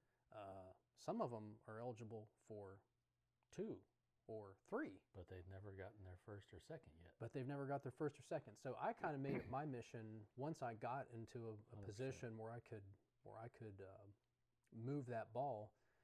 I'd show up somewhere. One of the first things I do after I got settled in, I would look at, when was the last time, how long has this person been here? Is their record deserving of an extended tour deck, and when was the last time they got a deck? I'm looking at those factors, and honestly, the supervisors hated me, initially, that initial wave. Sure. Because it's like, hey, you're behind. This guy right here, he might have 6-8 decks to write, and it may not have been his fault. The problem may have preceded him, but now you are supervising that airman who is deserving of 2 extended tour decks that he never got. Yeah, so but at the same go time, ahead and write them both. At the same time that you're doing that, right? I think part of that is the education piece of it. Like, I could very similar situations did the exact same things you're talking about, right? And experienced the exact same things. But what I learned when I was going through it, as you did, is people were just not aware. Yeah. So those things that we learned as the airmen and the junior NCOs and the things that we brought through as senior NCOs and chiefs, I was never taught those things. I was taught how to do the spreadsheet, but what we were doing, unbeknownst to us at the time, was we were actually teaching those people at the same time personnel issues. Yes. Like, hey, you got to pay attention to these things. These things matter. Now, it'll all come out in the wash, whether they earned it or didn't earn it, but we still have to pay attention to it. Yeah. And they just weren't aware a lot of times, like, oh, yeah, I didn't think of that. Yeah. Because they've never experienced it. Did I tell this, since we're talking about decks and personnel issues, did I tell the story? I don't think I did. I think I was telling my daughter about this. I'll go ahead and tell the story. All right. I'm at Whiteman. I had a superstar staff sergeant, female staff sergeant, and she was eligible. Yeah, top me off, partner. Thank you. I think you're going to get the last bit. So she was eligible for an extended tour deck. So because that's my thing, we did the extended tour deck. She was deserving. She got the deck. And then soon after that, and I've never been one to stand in people's way from doing the things they want to do or achieving their goals. Yeah. She had applied to cross-train into finance or something. I don't remember. Doesn't matter. She was cross-training out of our career field into a new career field. So she goes off to tech school. It's not a super long tech school, like maybe a month or two, right? And then she comes back, and we put her back to work in the shop while she's awaiting her assignment in her new AFSC. Yep. Okay. So I don't know, 3 weeks, a month, 2 months go by. I don't know what it was. She finally gets her orders, and she comes to me, as she's going through her PCS checklist items. She's like, so PCS deck? And I'm like, no. And she's like, basically we have this whole conversation, and I have to break it down for her. Yeah. It's like, well, we just did an extended tour deck on you. Shortly after that, you went to tech school, you weren't here, you came back, and you worked in the shop a little bit. You did a good job, like you always do, but nothing too crazy. And now you're PCSing. Like, there's nothing there. Right. Like, so she kind of saw it as a black mark. Like, we had a good relationship. That good relationship, from her perspective, was over. Yeah. She was done with me. Been there. I was screwing her because she wasn't getting a PCS deck. Been there. And I hope, and she was a staff sergeant at the time. I'm sure if she's still in, she would be, I'm sure she'd be a master or a senior by now. I hope maybe she's grown and understood where I was coming from. But it got to the point, long after she was gone and forgotten about, not forgotten about, but we all move on. I got a call from her new flight chief in her new AFSC from her new base, basically asking me, this doesn't, we sat down, we looked at this, we talked about it. Like, can you explain to me, like, why didn't she get a PCS deck? Gladly. So I broke it down, and maybe I'm looking at things because I was a maintainer, looking at things through a maintenance perspective. That is how we would have done things in maintenance. You're looking at it from the perspective, again, my opinion, your opinion, of the perspective that people need to have. Because the person on the other end is like, oh, I need to help. I'm going to help her out. I'm going to try to help her out. Yeah. I'm going to call that guy and be like, why didn't you give me a medal? Yeah, she's going to go to bat for her new troop, which I can't appreciate. Instead of saying, hey, I looked at your records. It wasn't warranted. Yeah. I'll call the person, but at the same time, I'm just letting you know, slim chance to none that there's anything here, because I see you got a mid-tour deck, and there's nothing. You went to tech school or did some training, but what are you expecting? Instead of giving that reality check, oh, I got your back. I'm going to call Woody. Well, you know what she said to me by the time, she was very professional and everything. But, I do not. But she made it a point to tell me before we hung up. She said, well, I might go ahead and take whatever documents, EPRs we have from the time she PCS there, and I might go ahead and try to write her one. So it depending on how far we get with it. You can't do that. Well, you know what I told her? I was like, all right, we'll keep an eye out for it. Thanks. Never saw it. You can't, and just so everybody knows, you can't do that. I actually had 2 phone calls like that.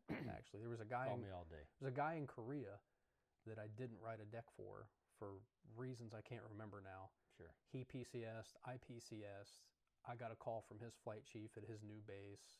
Hey man, can you just let me know what's going on here? And whatever explanation I gave him at the time, he was like, makes total sense. Yeah. Thanks. The sense of entitlement, and dude, you bring up some great stuff right there. Like the sense of entitlement because everybody else did it. And that's part of the problem with a lot of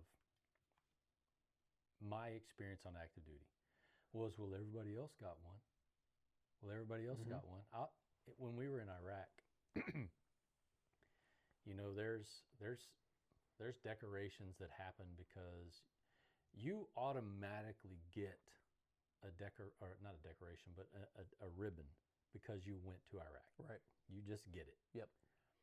That doesn't guarantee just because you went there that you did the stuff you needed to do above and beyond what everybody else was doing to warrant a decoration. Right. Now, I was never the guy that was, oh yeah, we're all going to do this because everybody else does. No. If you just sat from a security forces standpoint, if you just sat on the perimeter in your Humvee all day and you sweated and it was hot and housing sucked, but everybody sweated and it was hot and housing sucked for everybody. But what did you do above and beyond to set yourself apart? If you can't, as a airman NCO or senior NCO, look at that situation and realize that, hey, I was just here and you didn't earn it, then you ain't getting it. Yeah. Everybody wants to be a war hero. But at the same time, when I was over there, the master sergeant that was in the lieutenant, the second lieutenant, I'm getting a little bitter right now, so I apologize. Go ahead, man. Let it rip. The master sergeant and the second lieutenant when I was in Iraq that came and did post checks once a shift got Bronze Star medals. Like, what the fuck did you do? Yeah. Nobody liked you. You didn't help us do anything.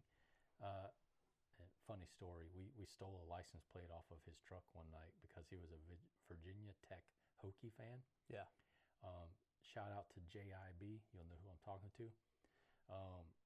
And the dude went nuts trying to find this license plate. But I was like, hey, sir, it's not even supposed to be on a government vehicle anyway.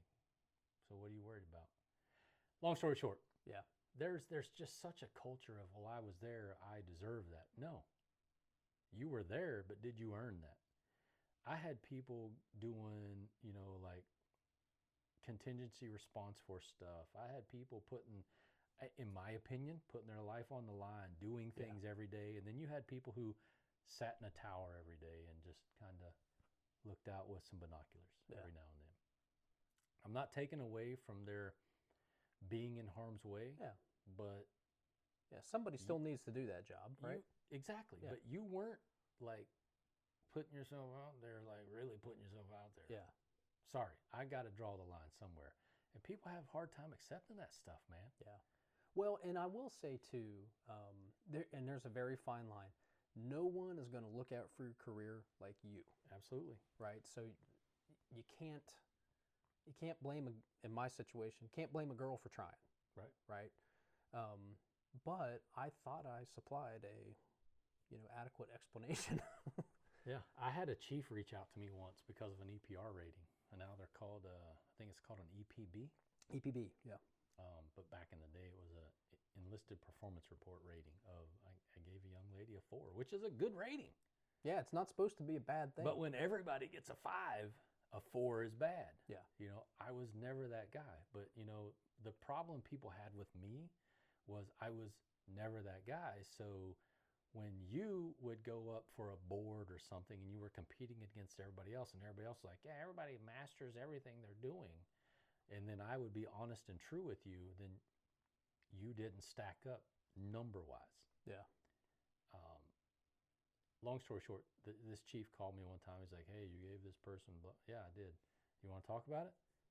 Go back and ask that person to give you the honest, because the accusation was I didn't give feedback during the rating period. Okay. Okay, well, I wasn't at a computer during the rating period. I did give feedback 100%. Here's, I don't know, 20 MFRs that show you I did. Anyway, I just think there's and even today when and I hate to even say this, the Airman NCO page, there's just such a culture of entitlement. Yeah. That we have lost in the personnel world of just doing the best you can do. We've lost that. We have lost it. Well, you owe us this.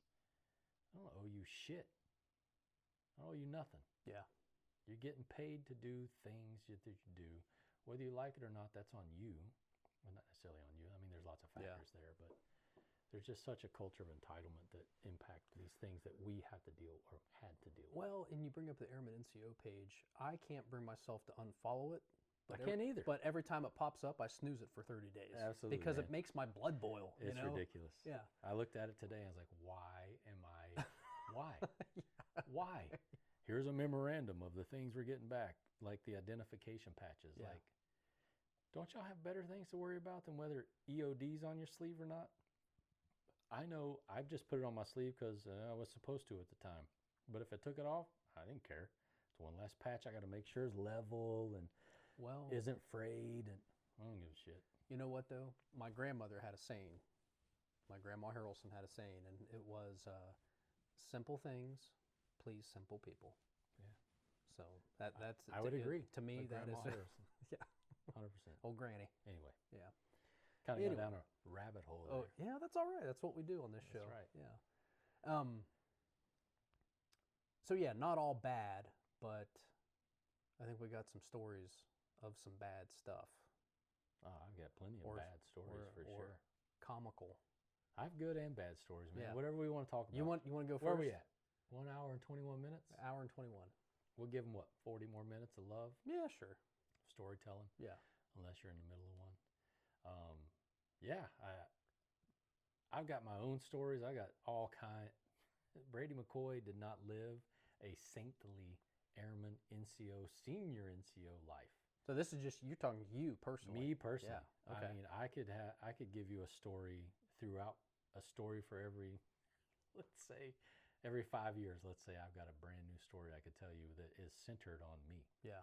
But I don't want to make it about me, but it deals with what we're talking about. I'll use the NCO Academy when I was in Germany. Okay. I was, I had just put on Tech Sergeant, and the story was, hey, NCO Academy's coming up. It's over on Capone Air Station, yada, yada, yada. I'm like, yeah, I mean, I'm waiting to go. I'm ready to go. I enjoy things like that, right? Yeah. And something happened. The guy or girl that was supposed to go wasn't ready. Blues wasn't ready or something, So I was like, Brady, you just put tech on. Are you good? I'm like, yeah, I'm good. Always I'm ready. Good. Yeah. Don't get so ready. Stay ready. Exactly. Yeah. They sent me. And so we're in class, and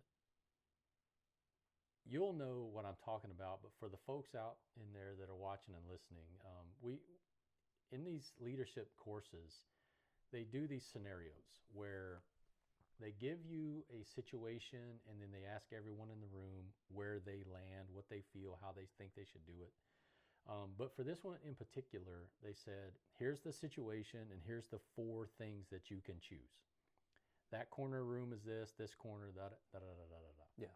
The situation was, hey, you're deployed, and there is a Staff Sergeant X and an Airman Y, male, female, who are having some type of relationship. I think I remember this one. And it is impacting the work environment. Mm-hmm. What do you do? Do you, A, look the other way and act like nothing's happening? Of course not. Yeah. Do you, B, ask the staff sergeant or tell the staff sergeant?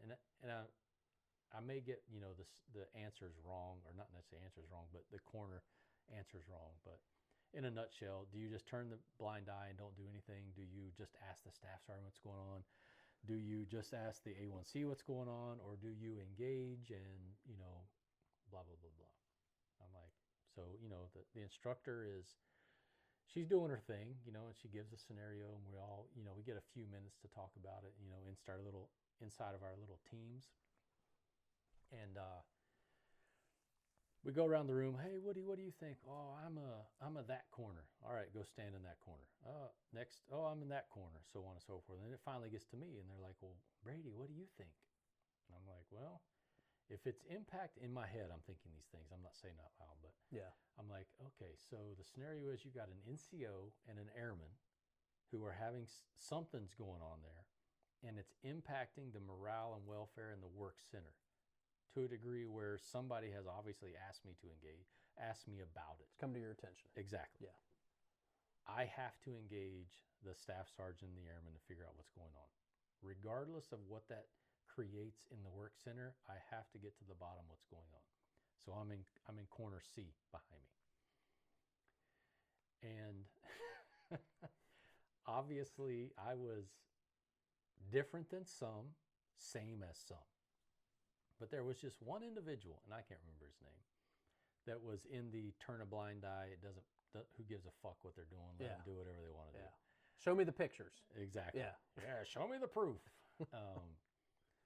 And the instructor's going around the room, all right, why did you choose this? And why did you, and everybody's explaining their rationale. It's a learning environment, right? We're there to listen to each other. Yeah, no wrong answer type of thing. No wrong answer. Yeah. But this guy, and I forget what his job was, but he was a tech sergeant too. And he's like, yeah, you're supposed to turn a blind eye. You don't need to be like McCoy over there, who is like, he's only black and white. And he said these words. These are his words, not mine. He's like the Nazis that threw the Jews in the oven. I was like, what are you talking about? No. You are, and I literally started coming over the table at that point. Like I was going to beat the shit out of him. And I was being restrained, by other NCOs in the classroom. And the instructor was this little lady, and she was like freaked out because I was coming over the table at this guy. And I was like, multiple things are going on in my brain. Like, one, you're not going to talk to me like that. Two, you're not going to accuse me of these things. That's horrendous. These have no comparison to what's going on. Yeah. Yada, yada, yada. And I was going to go fix his attitude. Long story short, it gets all calmed down. And then the next thing you know, the chief downstairs, the commandant, calls me down. And he's like, Brady, what's going on? I was like, when I ran through the story with him, I was like, hey, this is the scenario. This is what happened. This is what I chose. This is what I said. Hey, you're the superintendent or the senior NCO of the work center. This has been brought to your attention. You have an NCO and an airman type situation. You have to investigate. Not like, investigation, but you have to ask questions. Yeah. Figure out what's going on Poke around a little bit. For the betterment of the work environment. You can't just turn a blind eye, yada, yada, yada. I said, and then we were around the room, and this is what that guy said, and I said, I snapped. I had it. I was done. And I was going to go fix him. Did you and this guy have beef up to that point? No. There was no beef whatsoever. Oh, wow. To my knowledge. Now, maybe, because, it's a leadership thing, and I am who I am, and he is who he is. I am no different from then than I am now. Granted, we've all learned and evolved. Sure, yeah. But my opinions are still the same. If you threw me back into that now and then, I'd say the same. You need to look into it. You need to figure out why it's impacting the work center. And he sat me down. He's like, well, I understand what you're saying, and I agree with you to a certain extent, but you can't be jumping over tables trying to physically beat the shit out assault. of people. Yeah. I was like, got it. I agree with you. Yeah. I said, but that's what happened. That was the story, and that's where it was going. And he didn't want to, but he's like, well, you know that we have to have a board, amongst the instructors, these things. Oh, Jesus and we Christ. might be removing you from the NCO Give Academy. me I'm a like, fucking hey, break. I said, you know what, Chief? And he knew my supervisor. He was a prior security forces guy. I had no idea who he was. Yeah. I said, but you do what you got to do, but I stand on what I stand on, and I stand on this. I am not what he says I am. And what he said, if anybody's being removed for NCOA, it should be that guy because of the things he said and accused me of. That's crazy. It's absolutely crazy. Long story short, I didn't get removed out of NCOA Academy. Yeah. And then towards the end, they have all these awards. The class has to submit you for like leadership awards and all this stuff. And this same dude came over to me later. He's like, "Hey, Brady, I was just curious can I help you write the package for, like the leadership award?" I'm like, "What are you talking about, dude?" He's like, "Well, I've had a lot to think." He obviously went back and reflected. Yeah. And was like, "I was wrong. I shouldn't have said those things." I'm like, "Yeah, you shouldn't have." I said, "And you're lucky you didn't get the shit beat out of you that day in class." And I tell that story because, personnel issues, and this is something I learned from that and then throughout the rest of my career. You never know what people are thinking. Right. First off, you just don't know. And you don't know how they're going to react in a situation. So you have to be able, much like that chief did, you have to be able to dissect that situation, right? And you peel part A back, peel part B back. Was there malicious intent? Was it just a little bit of energy that was being inserted into the situation? Was it really something that people needed to be disciplined for, let's say? He didn't get kicked out. I didn't get kicked out, but we both got counseled. We both learned from it. But the chief obviously he had experienced some stuff, and I think he handled it the right way based on his experience. And in seats that we're sitting in, we have to be able to pull back those proverbial layers of the onion. Sure. To get back to the root causes. I don't know what the root cause of that dude making those accusations on me was. I have no idea what spurred that. That was crazy stuff. But the chief was able to do that and realize that, it wasn't, I don't want to say necessarily intentional, but it was intentional in the moment. But it wasn't true to his nature, I guess. Mm-hmm. And so he didn't hold him to the severe standard, let's say, when it comes to things like that. So, to me, it taught me that when there's humans involved, when there's people involved, there could be several different layers that you need to peel back to understand why somebody did that, why they reacted a certain way, why they said a certain thing, why they didn't say a certain thing. Yeah.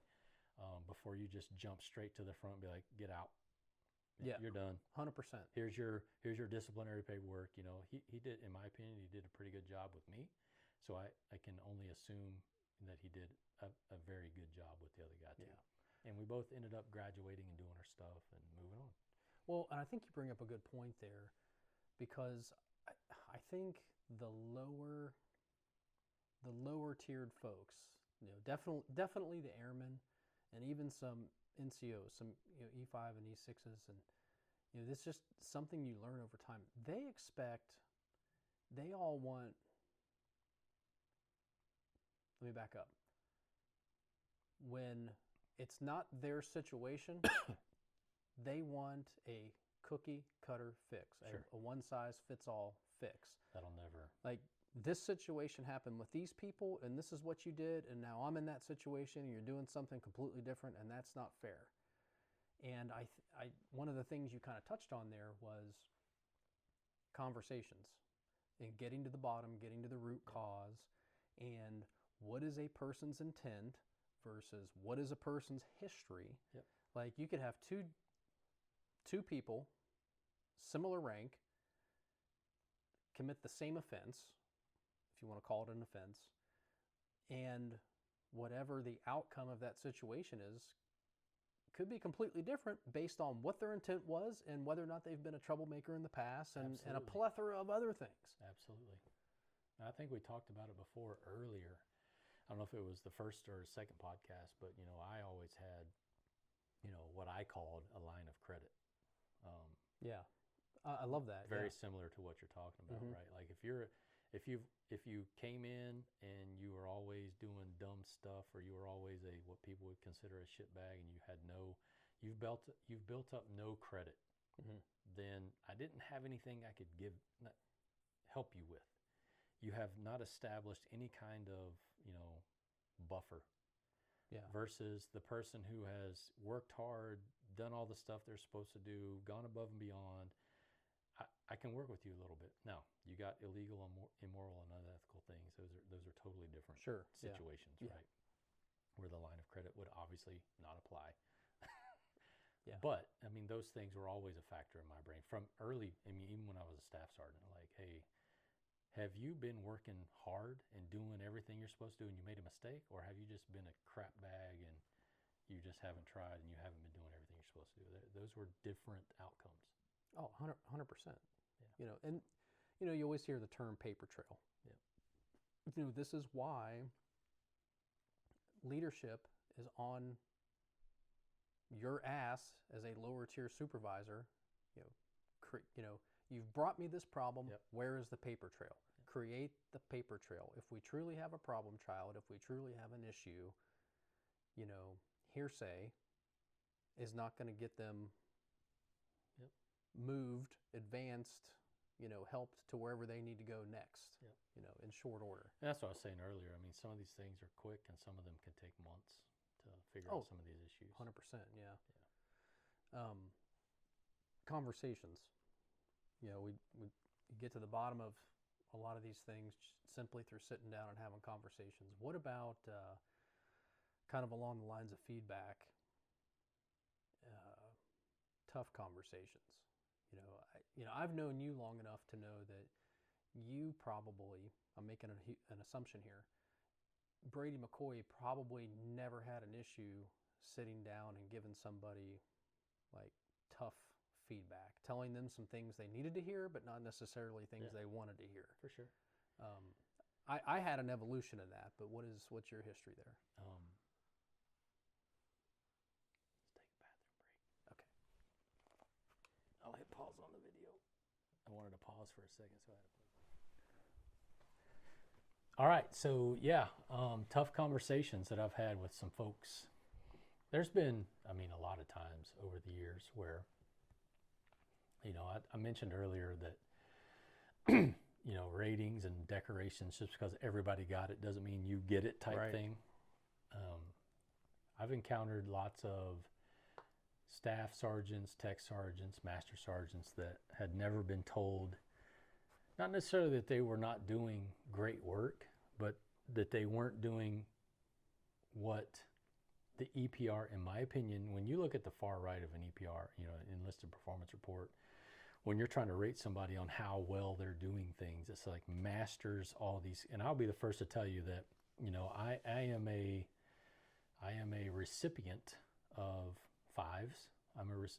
When I was an airman, where I probably should have been a 3 or a 4 because I was just starting. Like, I did not master anything. And honestly, I think you'd be hard pressed to say that anybody really masters all the skills of any AFSC. Yeah. But that's a whole different conversation. But there are some people that go through a lot of their career, most of their career, that had never been told, hey, you know what? You're doing good work, but you're not doing like master level stuff. Yeah. Like, you are not the epitome of these things. But that's all about the perspective of the person. I don't mean to laugh. No, what? Whenever I hear somebody say epitome,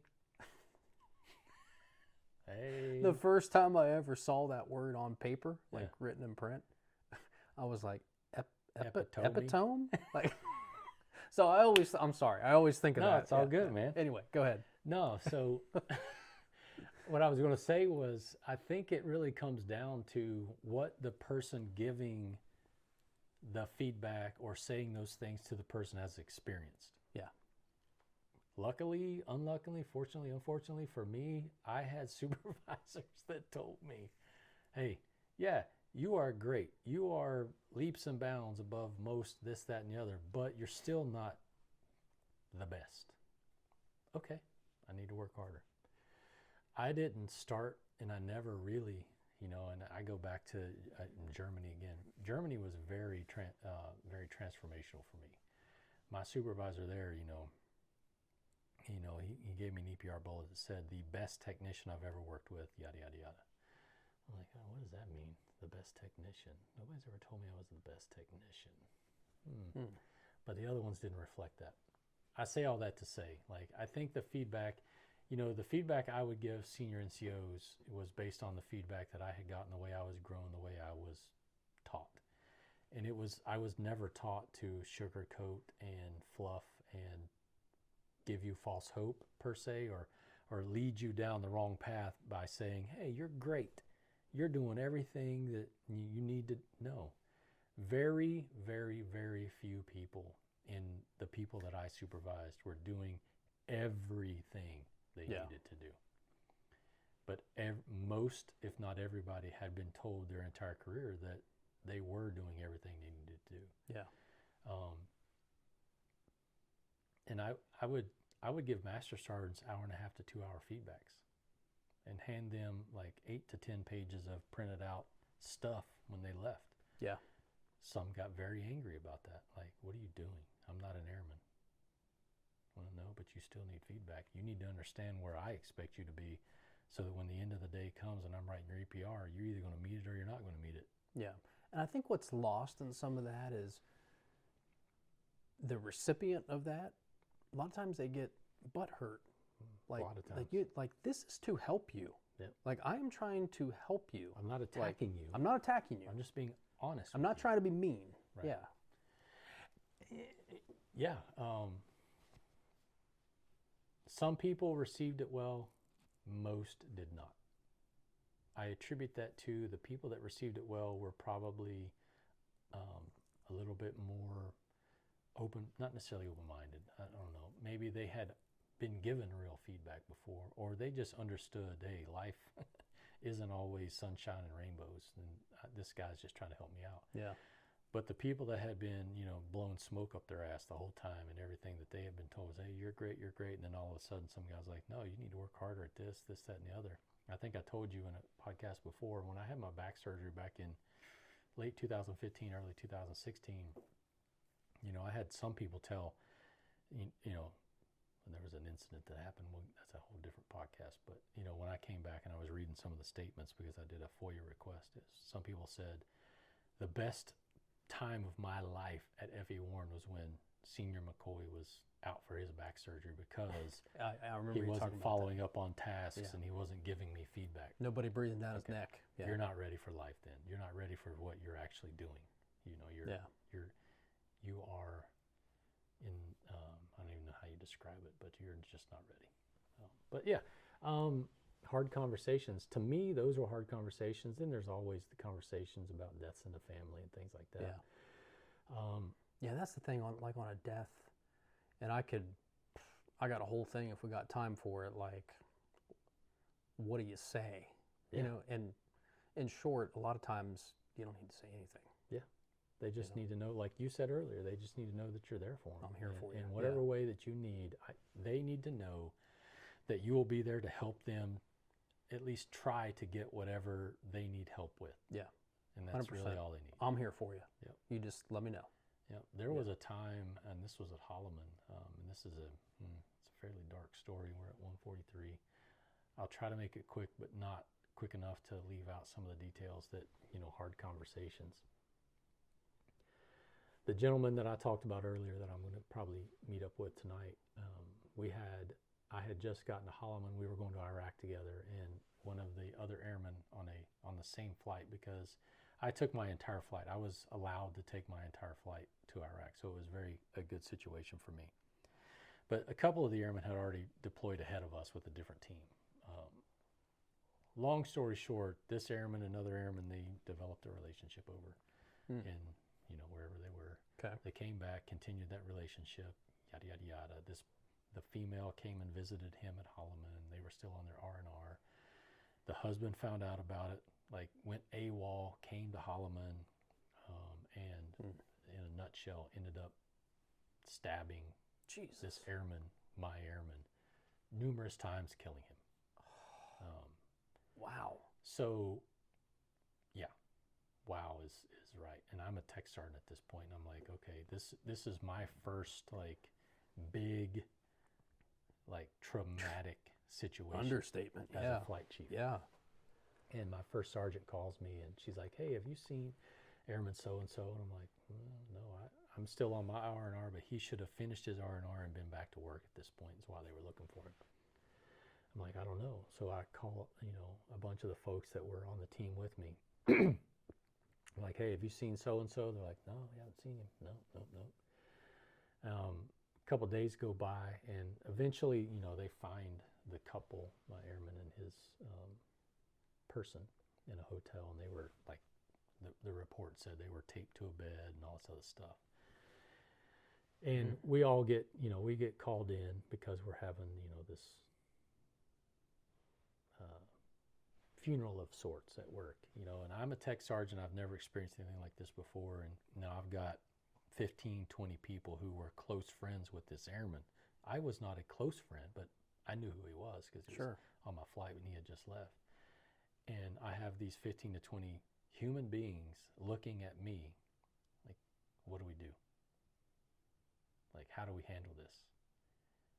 And I just remember standing in the room and in the church, like,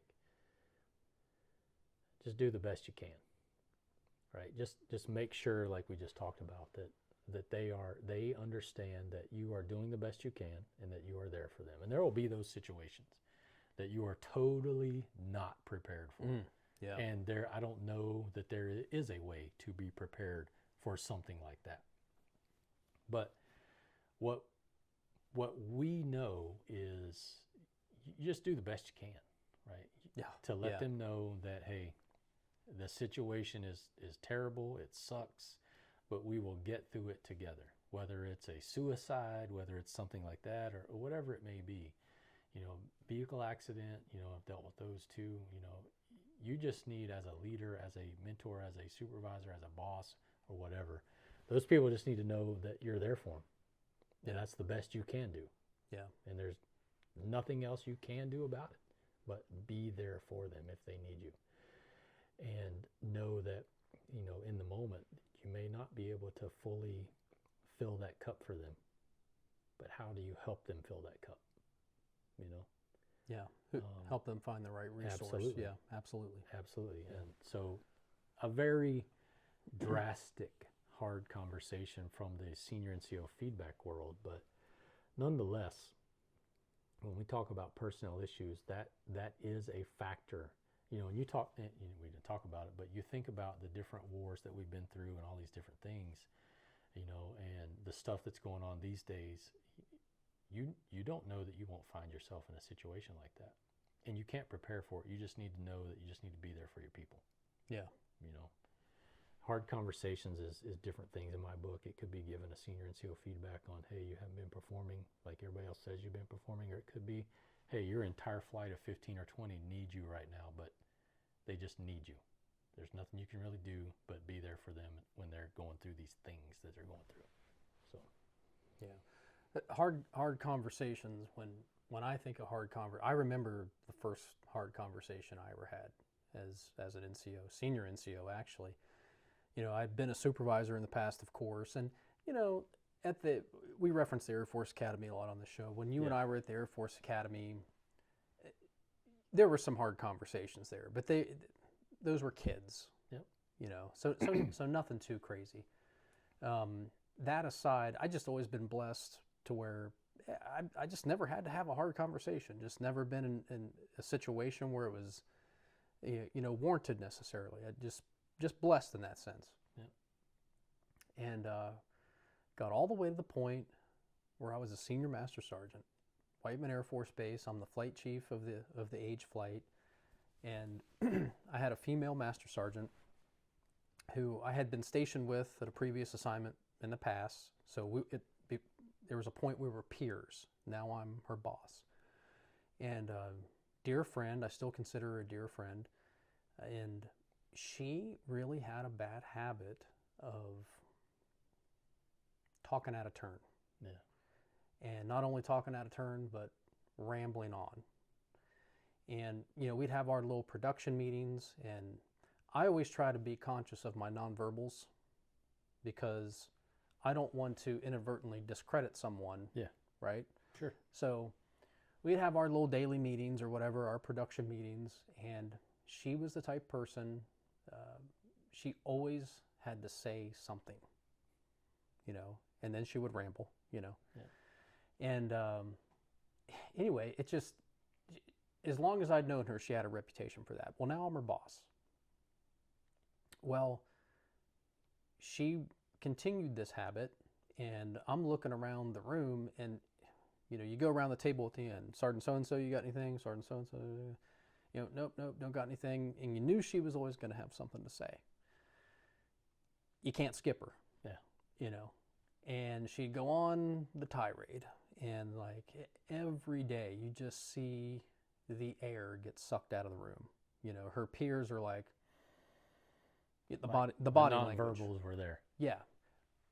I'm attentive and conscious enough, I'll pat myself on the back for that, that I don't want to discredit her, right? So I'm playing it straight, but I see that this has become a problem. And then, you know, throughout the work day, you know, her name comes up, or there's a reference to her and you get an eye roll. Yeah. Or, long story short, she was losing credibility. And I felt like this is a person who is my friend. Yeah. This is a person who I love. This is a person I want to see do well. I have to tell her. And I finally schedule a time, like, hey, we need to talk about something. And it's just me and her. And man, I'm never had to have a conversation like this before up until that point in my career. So at this point, I've been in like 17, 18 years. I don't know. Yeah. And my heart was in my throat. I was nervous. And I just, you know, pulled out the proverbial gun and shot her in the face. I was like, listen, like, and this is how I started the conversation. And I've started many tough conversations with this statement. If the tables were turned and I was you, I would want you to tell me what I'm about to tell you.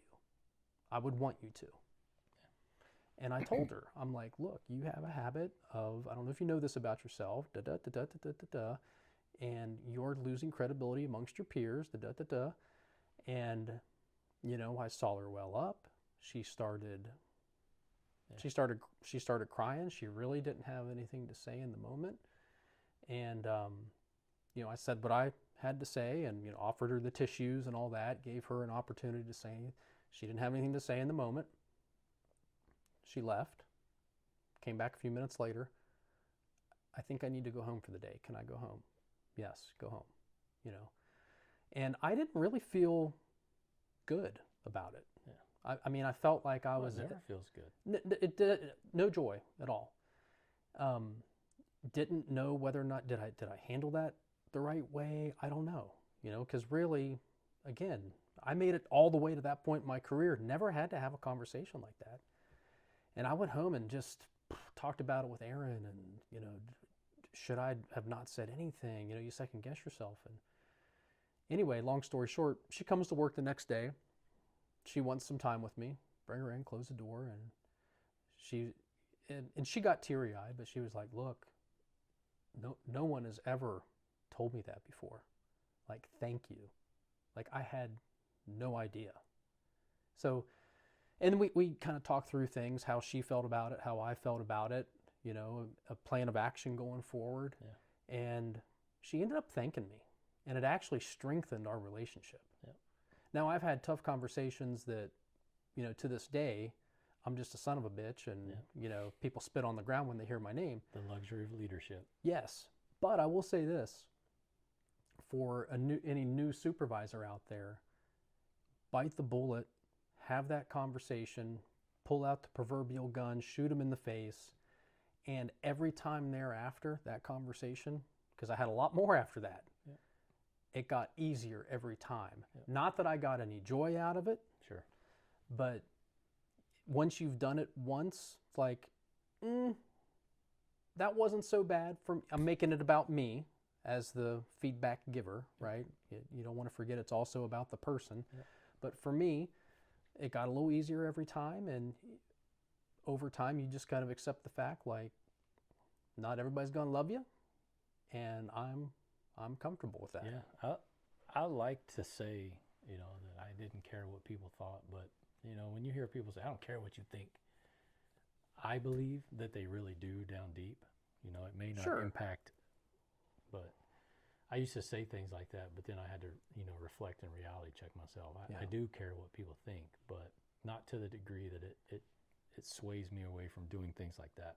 Yeah. You know, and I think the people that are, you know, in the moment, upset, they go back, they reflect, the mature enough people that, you know, we want to progress and be the leaders of whatever that is, the company, whatever it is, they're going to be the ones that come back and do exactly what she did.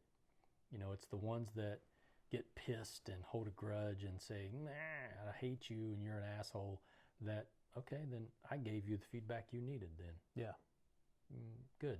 Then hopefully you don't progress to these things because you probably won't be the person that's able to do the things that you're talking about. Yeah. Well, and I think I got to give a lot of credit to my parents. So me personally, my dad always, from the time I started working when I was a teenager, my dad gave me the advice, you need to work, you need to show up and work every day for your entire shift like your job depends on it. Like you're going to get fired. Yeah. And so that was the approach I always took. So because of what my dad instilled in me, when someone has ever had to have that kind of conversation with me, I have always approached it from a position of humility and, okay, I need to hear this. Like pride out the window. Yep. And that may sound like I'm patting myself on the back. I'm actually patting my dad on the back for putting that in me. But I think if more people accepted feedback from a position of gratitude, I agree, we'd all be better off. I 100% agree, you know, and it took me a while. It took me personally a while to get to the point where I was able to do that. But I think that just comes with, you know, Julie tells me all the time, you know, people grow, people evolve. I was not ready to grow and evolve when I was 22, 23, 24 years old. And I would use, you know, and I knew those things. If I was addressing an airman that was 18 to 22 years old, I'm like, all right, this person more than likely is not ready for this type of feedback. And is probably going to be very, like, not ready for it. Yeah. You know, versus the master sergeant who has, you know, they've been groomed to think they are the best of the best. Right. You know, so we just have to know those things ahead of time and take that into consideration when we're having those hard conversations or conversations in general. Well, and to your point, I think the challenge is with a hard conversation, when you have that, you have to expect, I think going into a tough conversation, you have to expect that the person is going to be offended. If you're not, you are not prepared for the conversation. Yes. And when they're not, and they do accept that feedback with grace, hey, that's an anomaly. You should be surprised, like, oh, okay. But so I expect people to go away not feeling great about it. But when they continue, I guess the great problem is for those that you're a son of a bitch for the rest of your life, you know, what do you do there? You know, it's easy. Sometimes it's easy in the military because we all PCS, retire, separate, we go our separate ways. We never have to see each other again. Happens every day. Yep. But when you're stuck in that work center with that person for an extended period of time, like you have to find a way to coexist. And as the supervisor to that subordinate, like we had that tough conversation, you did not receive it. You have not reflected. You are not improving. What do I as the supervisor do now? Yeah. And again, there's not a cookie cutter answer to that. There's not. Good stuff, man. Yeah. Wow. You got any more? Or should we? I mean, I could go on for hours, but you know, I mean, I don't think we need to go on for hours. Fair enough. We can, if the audience wants to hear more, they can request more, and we can do another session of stories, which I think we should, but I think we should break it up. So we're at 2 hours now, which whatever, and I think we've given, in my personal opinion, we've given some good leadership, mentorship, life lessons. I think so. So, you know, like if you want more, pat myself on the let back us know. Drop us a comment, and we will oblige. Give us a like. Give us a Drop like. us Give a us comment. a subscribe. Yeah. You know, that type of stuff. Share the link. That's right. Yeah. Do all the things. You want to roll into some quick random rants? Yes, let's do it. Coin toss, or you want me to go? You want to go? I'll go. Okay. I'll go. So you always have the best random rants. I don't know, man. I'm going to, in case, excuse me, I'm going to go off of a bunker bullshit that I did. Okay. Because it is still very important to me. And it's the uneducated versus stupid one. Right? Yeah. If you haven't watched it, you go to Bunker Bullshit, watch it, or just listen to me right now. And I spoke about 4.5 minutes on it on the YouTube channel already, but I will summarize it like this. If you are in a work center and you have been there for a while and you haven't taken the time to educate yourself on the rules, the processes, the protocols, or whatever it is, whether it's military, civilian, does not matter, work center where you work. If you haven't taken the time personally to familiarize yourself with what is supposed to be going on, then I would encourage you to do that. If you are the type of person who has educated yourself and taken the initiative and the discipline to go out and read the overarching guidance or the rules of the workplace or you know, whatever it is, then I applaud you. If you have not, the words I used on the channel the other day was uneducated versus stupid. Do not, if you have not taken the time on yourself to improve your knowledge and educate yourself, don't be stupid. Don't engage with somebody who has, unbeknownst to you, I guess, taken the time and knows what they're talking about. Because what ends up happening is you start having conversations, and I'll use security protocols as the example like I did the other day. You know, I got into this kind of heated debate about, you know, what the security protocols were for a certain location. And I'm a security person. That's my jam. Like, that's what I'm supposed to know. And you're debating me about what the process is and what the black and white verbiage says. But you haven't read it yet. You've just been here for a very long time, and these are the ways we've done it. I'm like, well, just because you've done it this way for so long doesn't mean it's the right way to do it. So my message to everybody out there is, don't be stupid. If you haven't had the opportunity or been given the regulation or been given the website or the CBT or whatever it is and been in a training or whatever to learn those things, don't speak on it like you know what you're talking about. Amen. Yeah. Just don't, because then I put you in the stupid category. There's uneducated, which is okay. You haven't had the chance to learn. But stupid is, you've had the chance, you just chose not to. So don't be stupid. I love it. And I will say, man, like, that's a lesson hard learned. It is. I mean, I learned that I learned that the hard way a couple times early in my career. But it goes back to that person willing to have that hard conversation with you. Yes. A lot of people will shy, what he doesn't know, I'm just going to back off. No. Yeah. That person that's going to stand there and be like, look, dude, you don't know what you're talking about. You need to go. You need to go learn yourself up a little bit. So, yeah, over time, there are things we all learn about within our own areas of expertise. And there are things you know with absolute confidence. But to this day, if there is any doubt, any question, or I know I haven't looked that regulation up or looked up the guidelines for that, or I'm not familiar with it, I will bite the hell out of them. I'll bite my tongue damn off, you know, until I have a chance to go back and look at that. Absolutely. You know, I've burned myself on that before. Absolutely. So that's great advice. Rant done. Rant done? Rant done. All right. New rant. My rant is, I got to thinking about this the last couple weeks because SecWar has come out with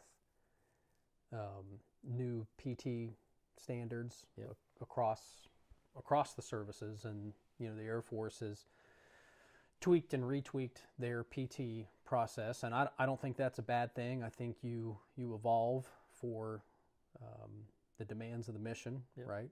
And so to me, PT is never a bad thing. So this random rant is going to be about how a failed PT test continues to be a detriment to one's career long after it happens. Now, let me do some preface here. I'm going to toot my own horn a little bit. I'm going to toot away. I always had my PT on lockdown.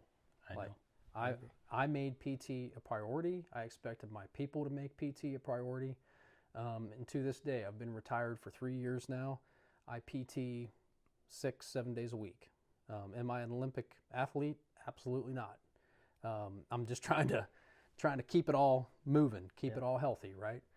But it was always a priority for me. So I will say this first. I've never been sympathetic to someone who fails a PT test. You hear a lot of this like, oh, I just went out there and had a bad day. Mm-hmm. No, because I know what I do in order to be able to succeed on my PT test. And if you were doing those things, you would have had plenty of cushion. Even on a bad day. To pass that test. So a failed PT test, I've never had sympathy for. There's always been exceptions, like, hey, like I shit my pants, or, I got nauseous, I had to leave the track to vomit, whatever. That's different, right? Absolutely.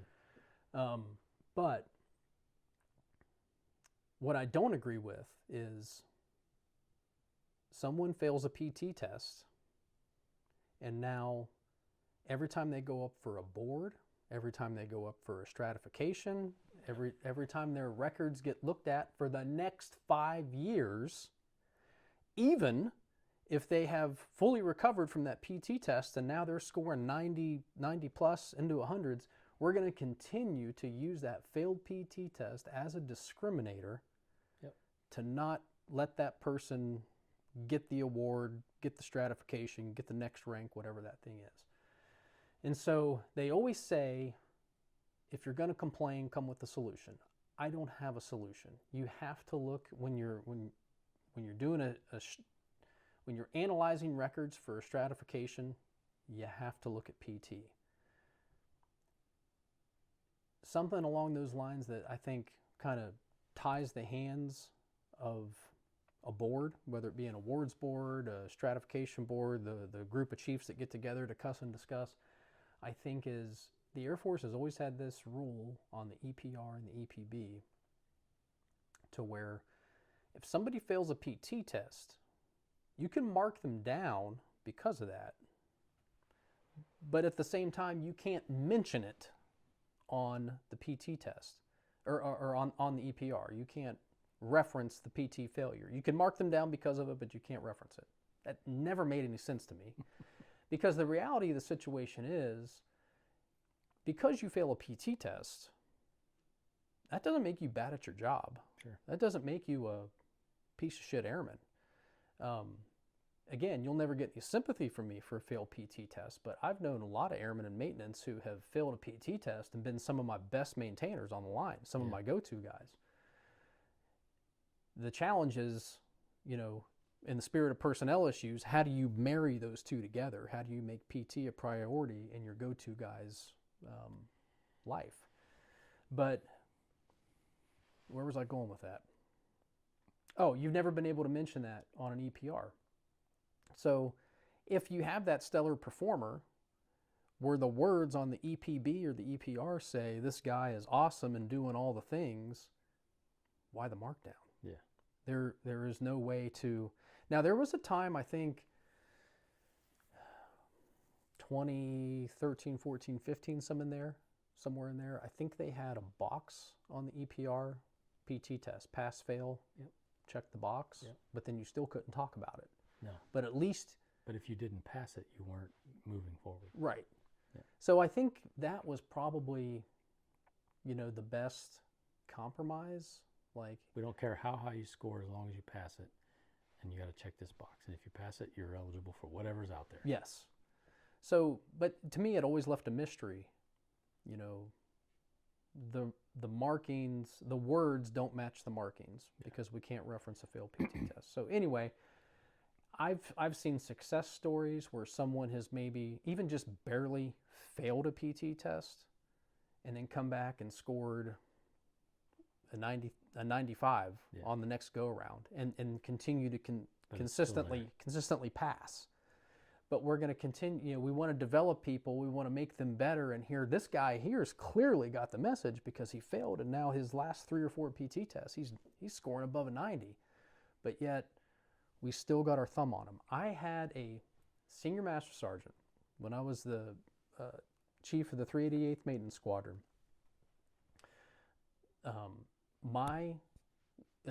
Came time to do the wing strats. Okay, one of my guys in the maintenance squadron got the strat, eventually promoted to chief. I had a second guy, stellar airman, was my lead pro super. By the way, he's a chief today, but for that particular round, I did not even bring him to the table because he had a failed PT test 5 years ago. It hadn't fallen off yet.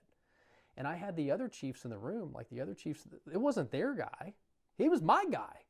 And they were giving me shit for not bringing him to the table. I'm like, the dude has a fucking failed PT test. What?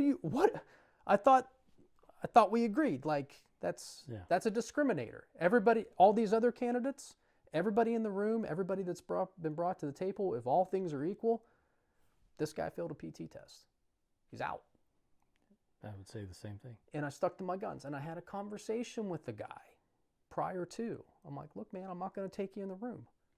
So anyway, kind of a double standard came out there. I wanted to take that guy in the room. He was deserving. He was capable. He was able to be a successful chief master sergeant, and he is today.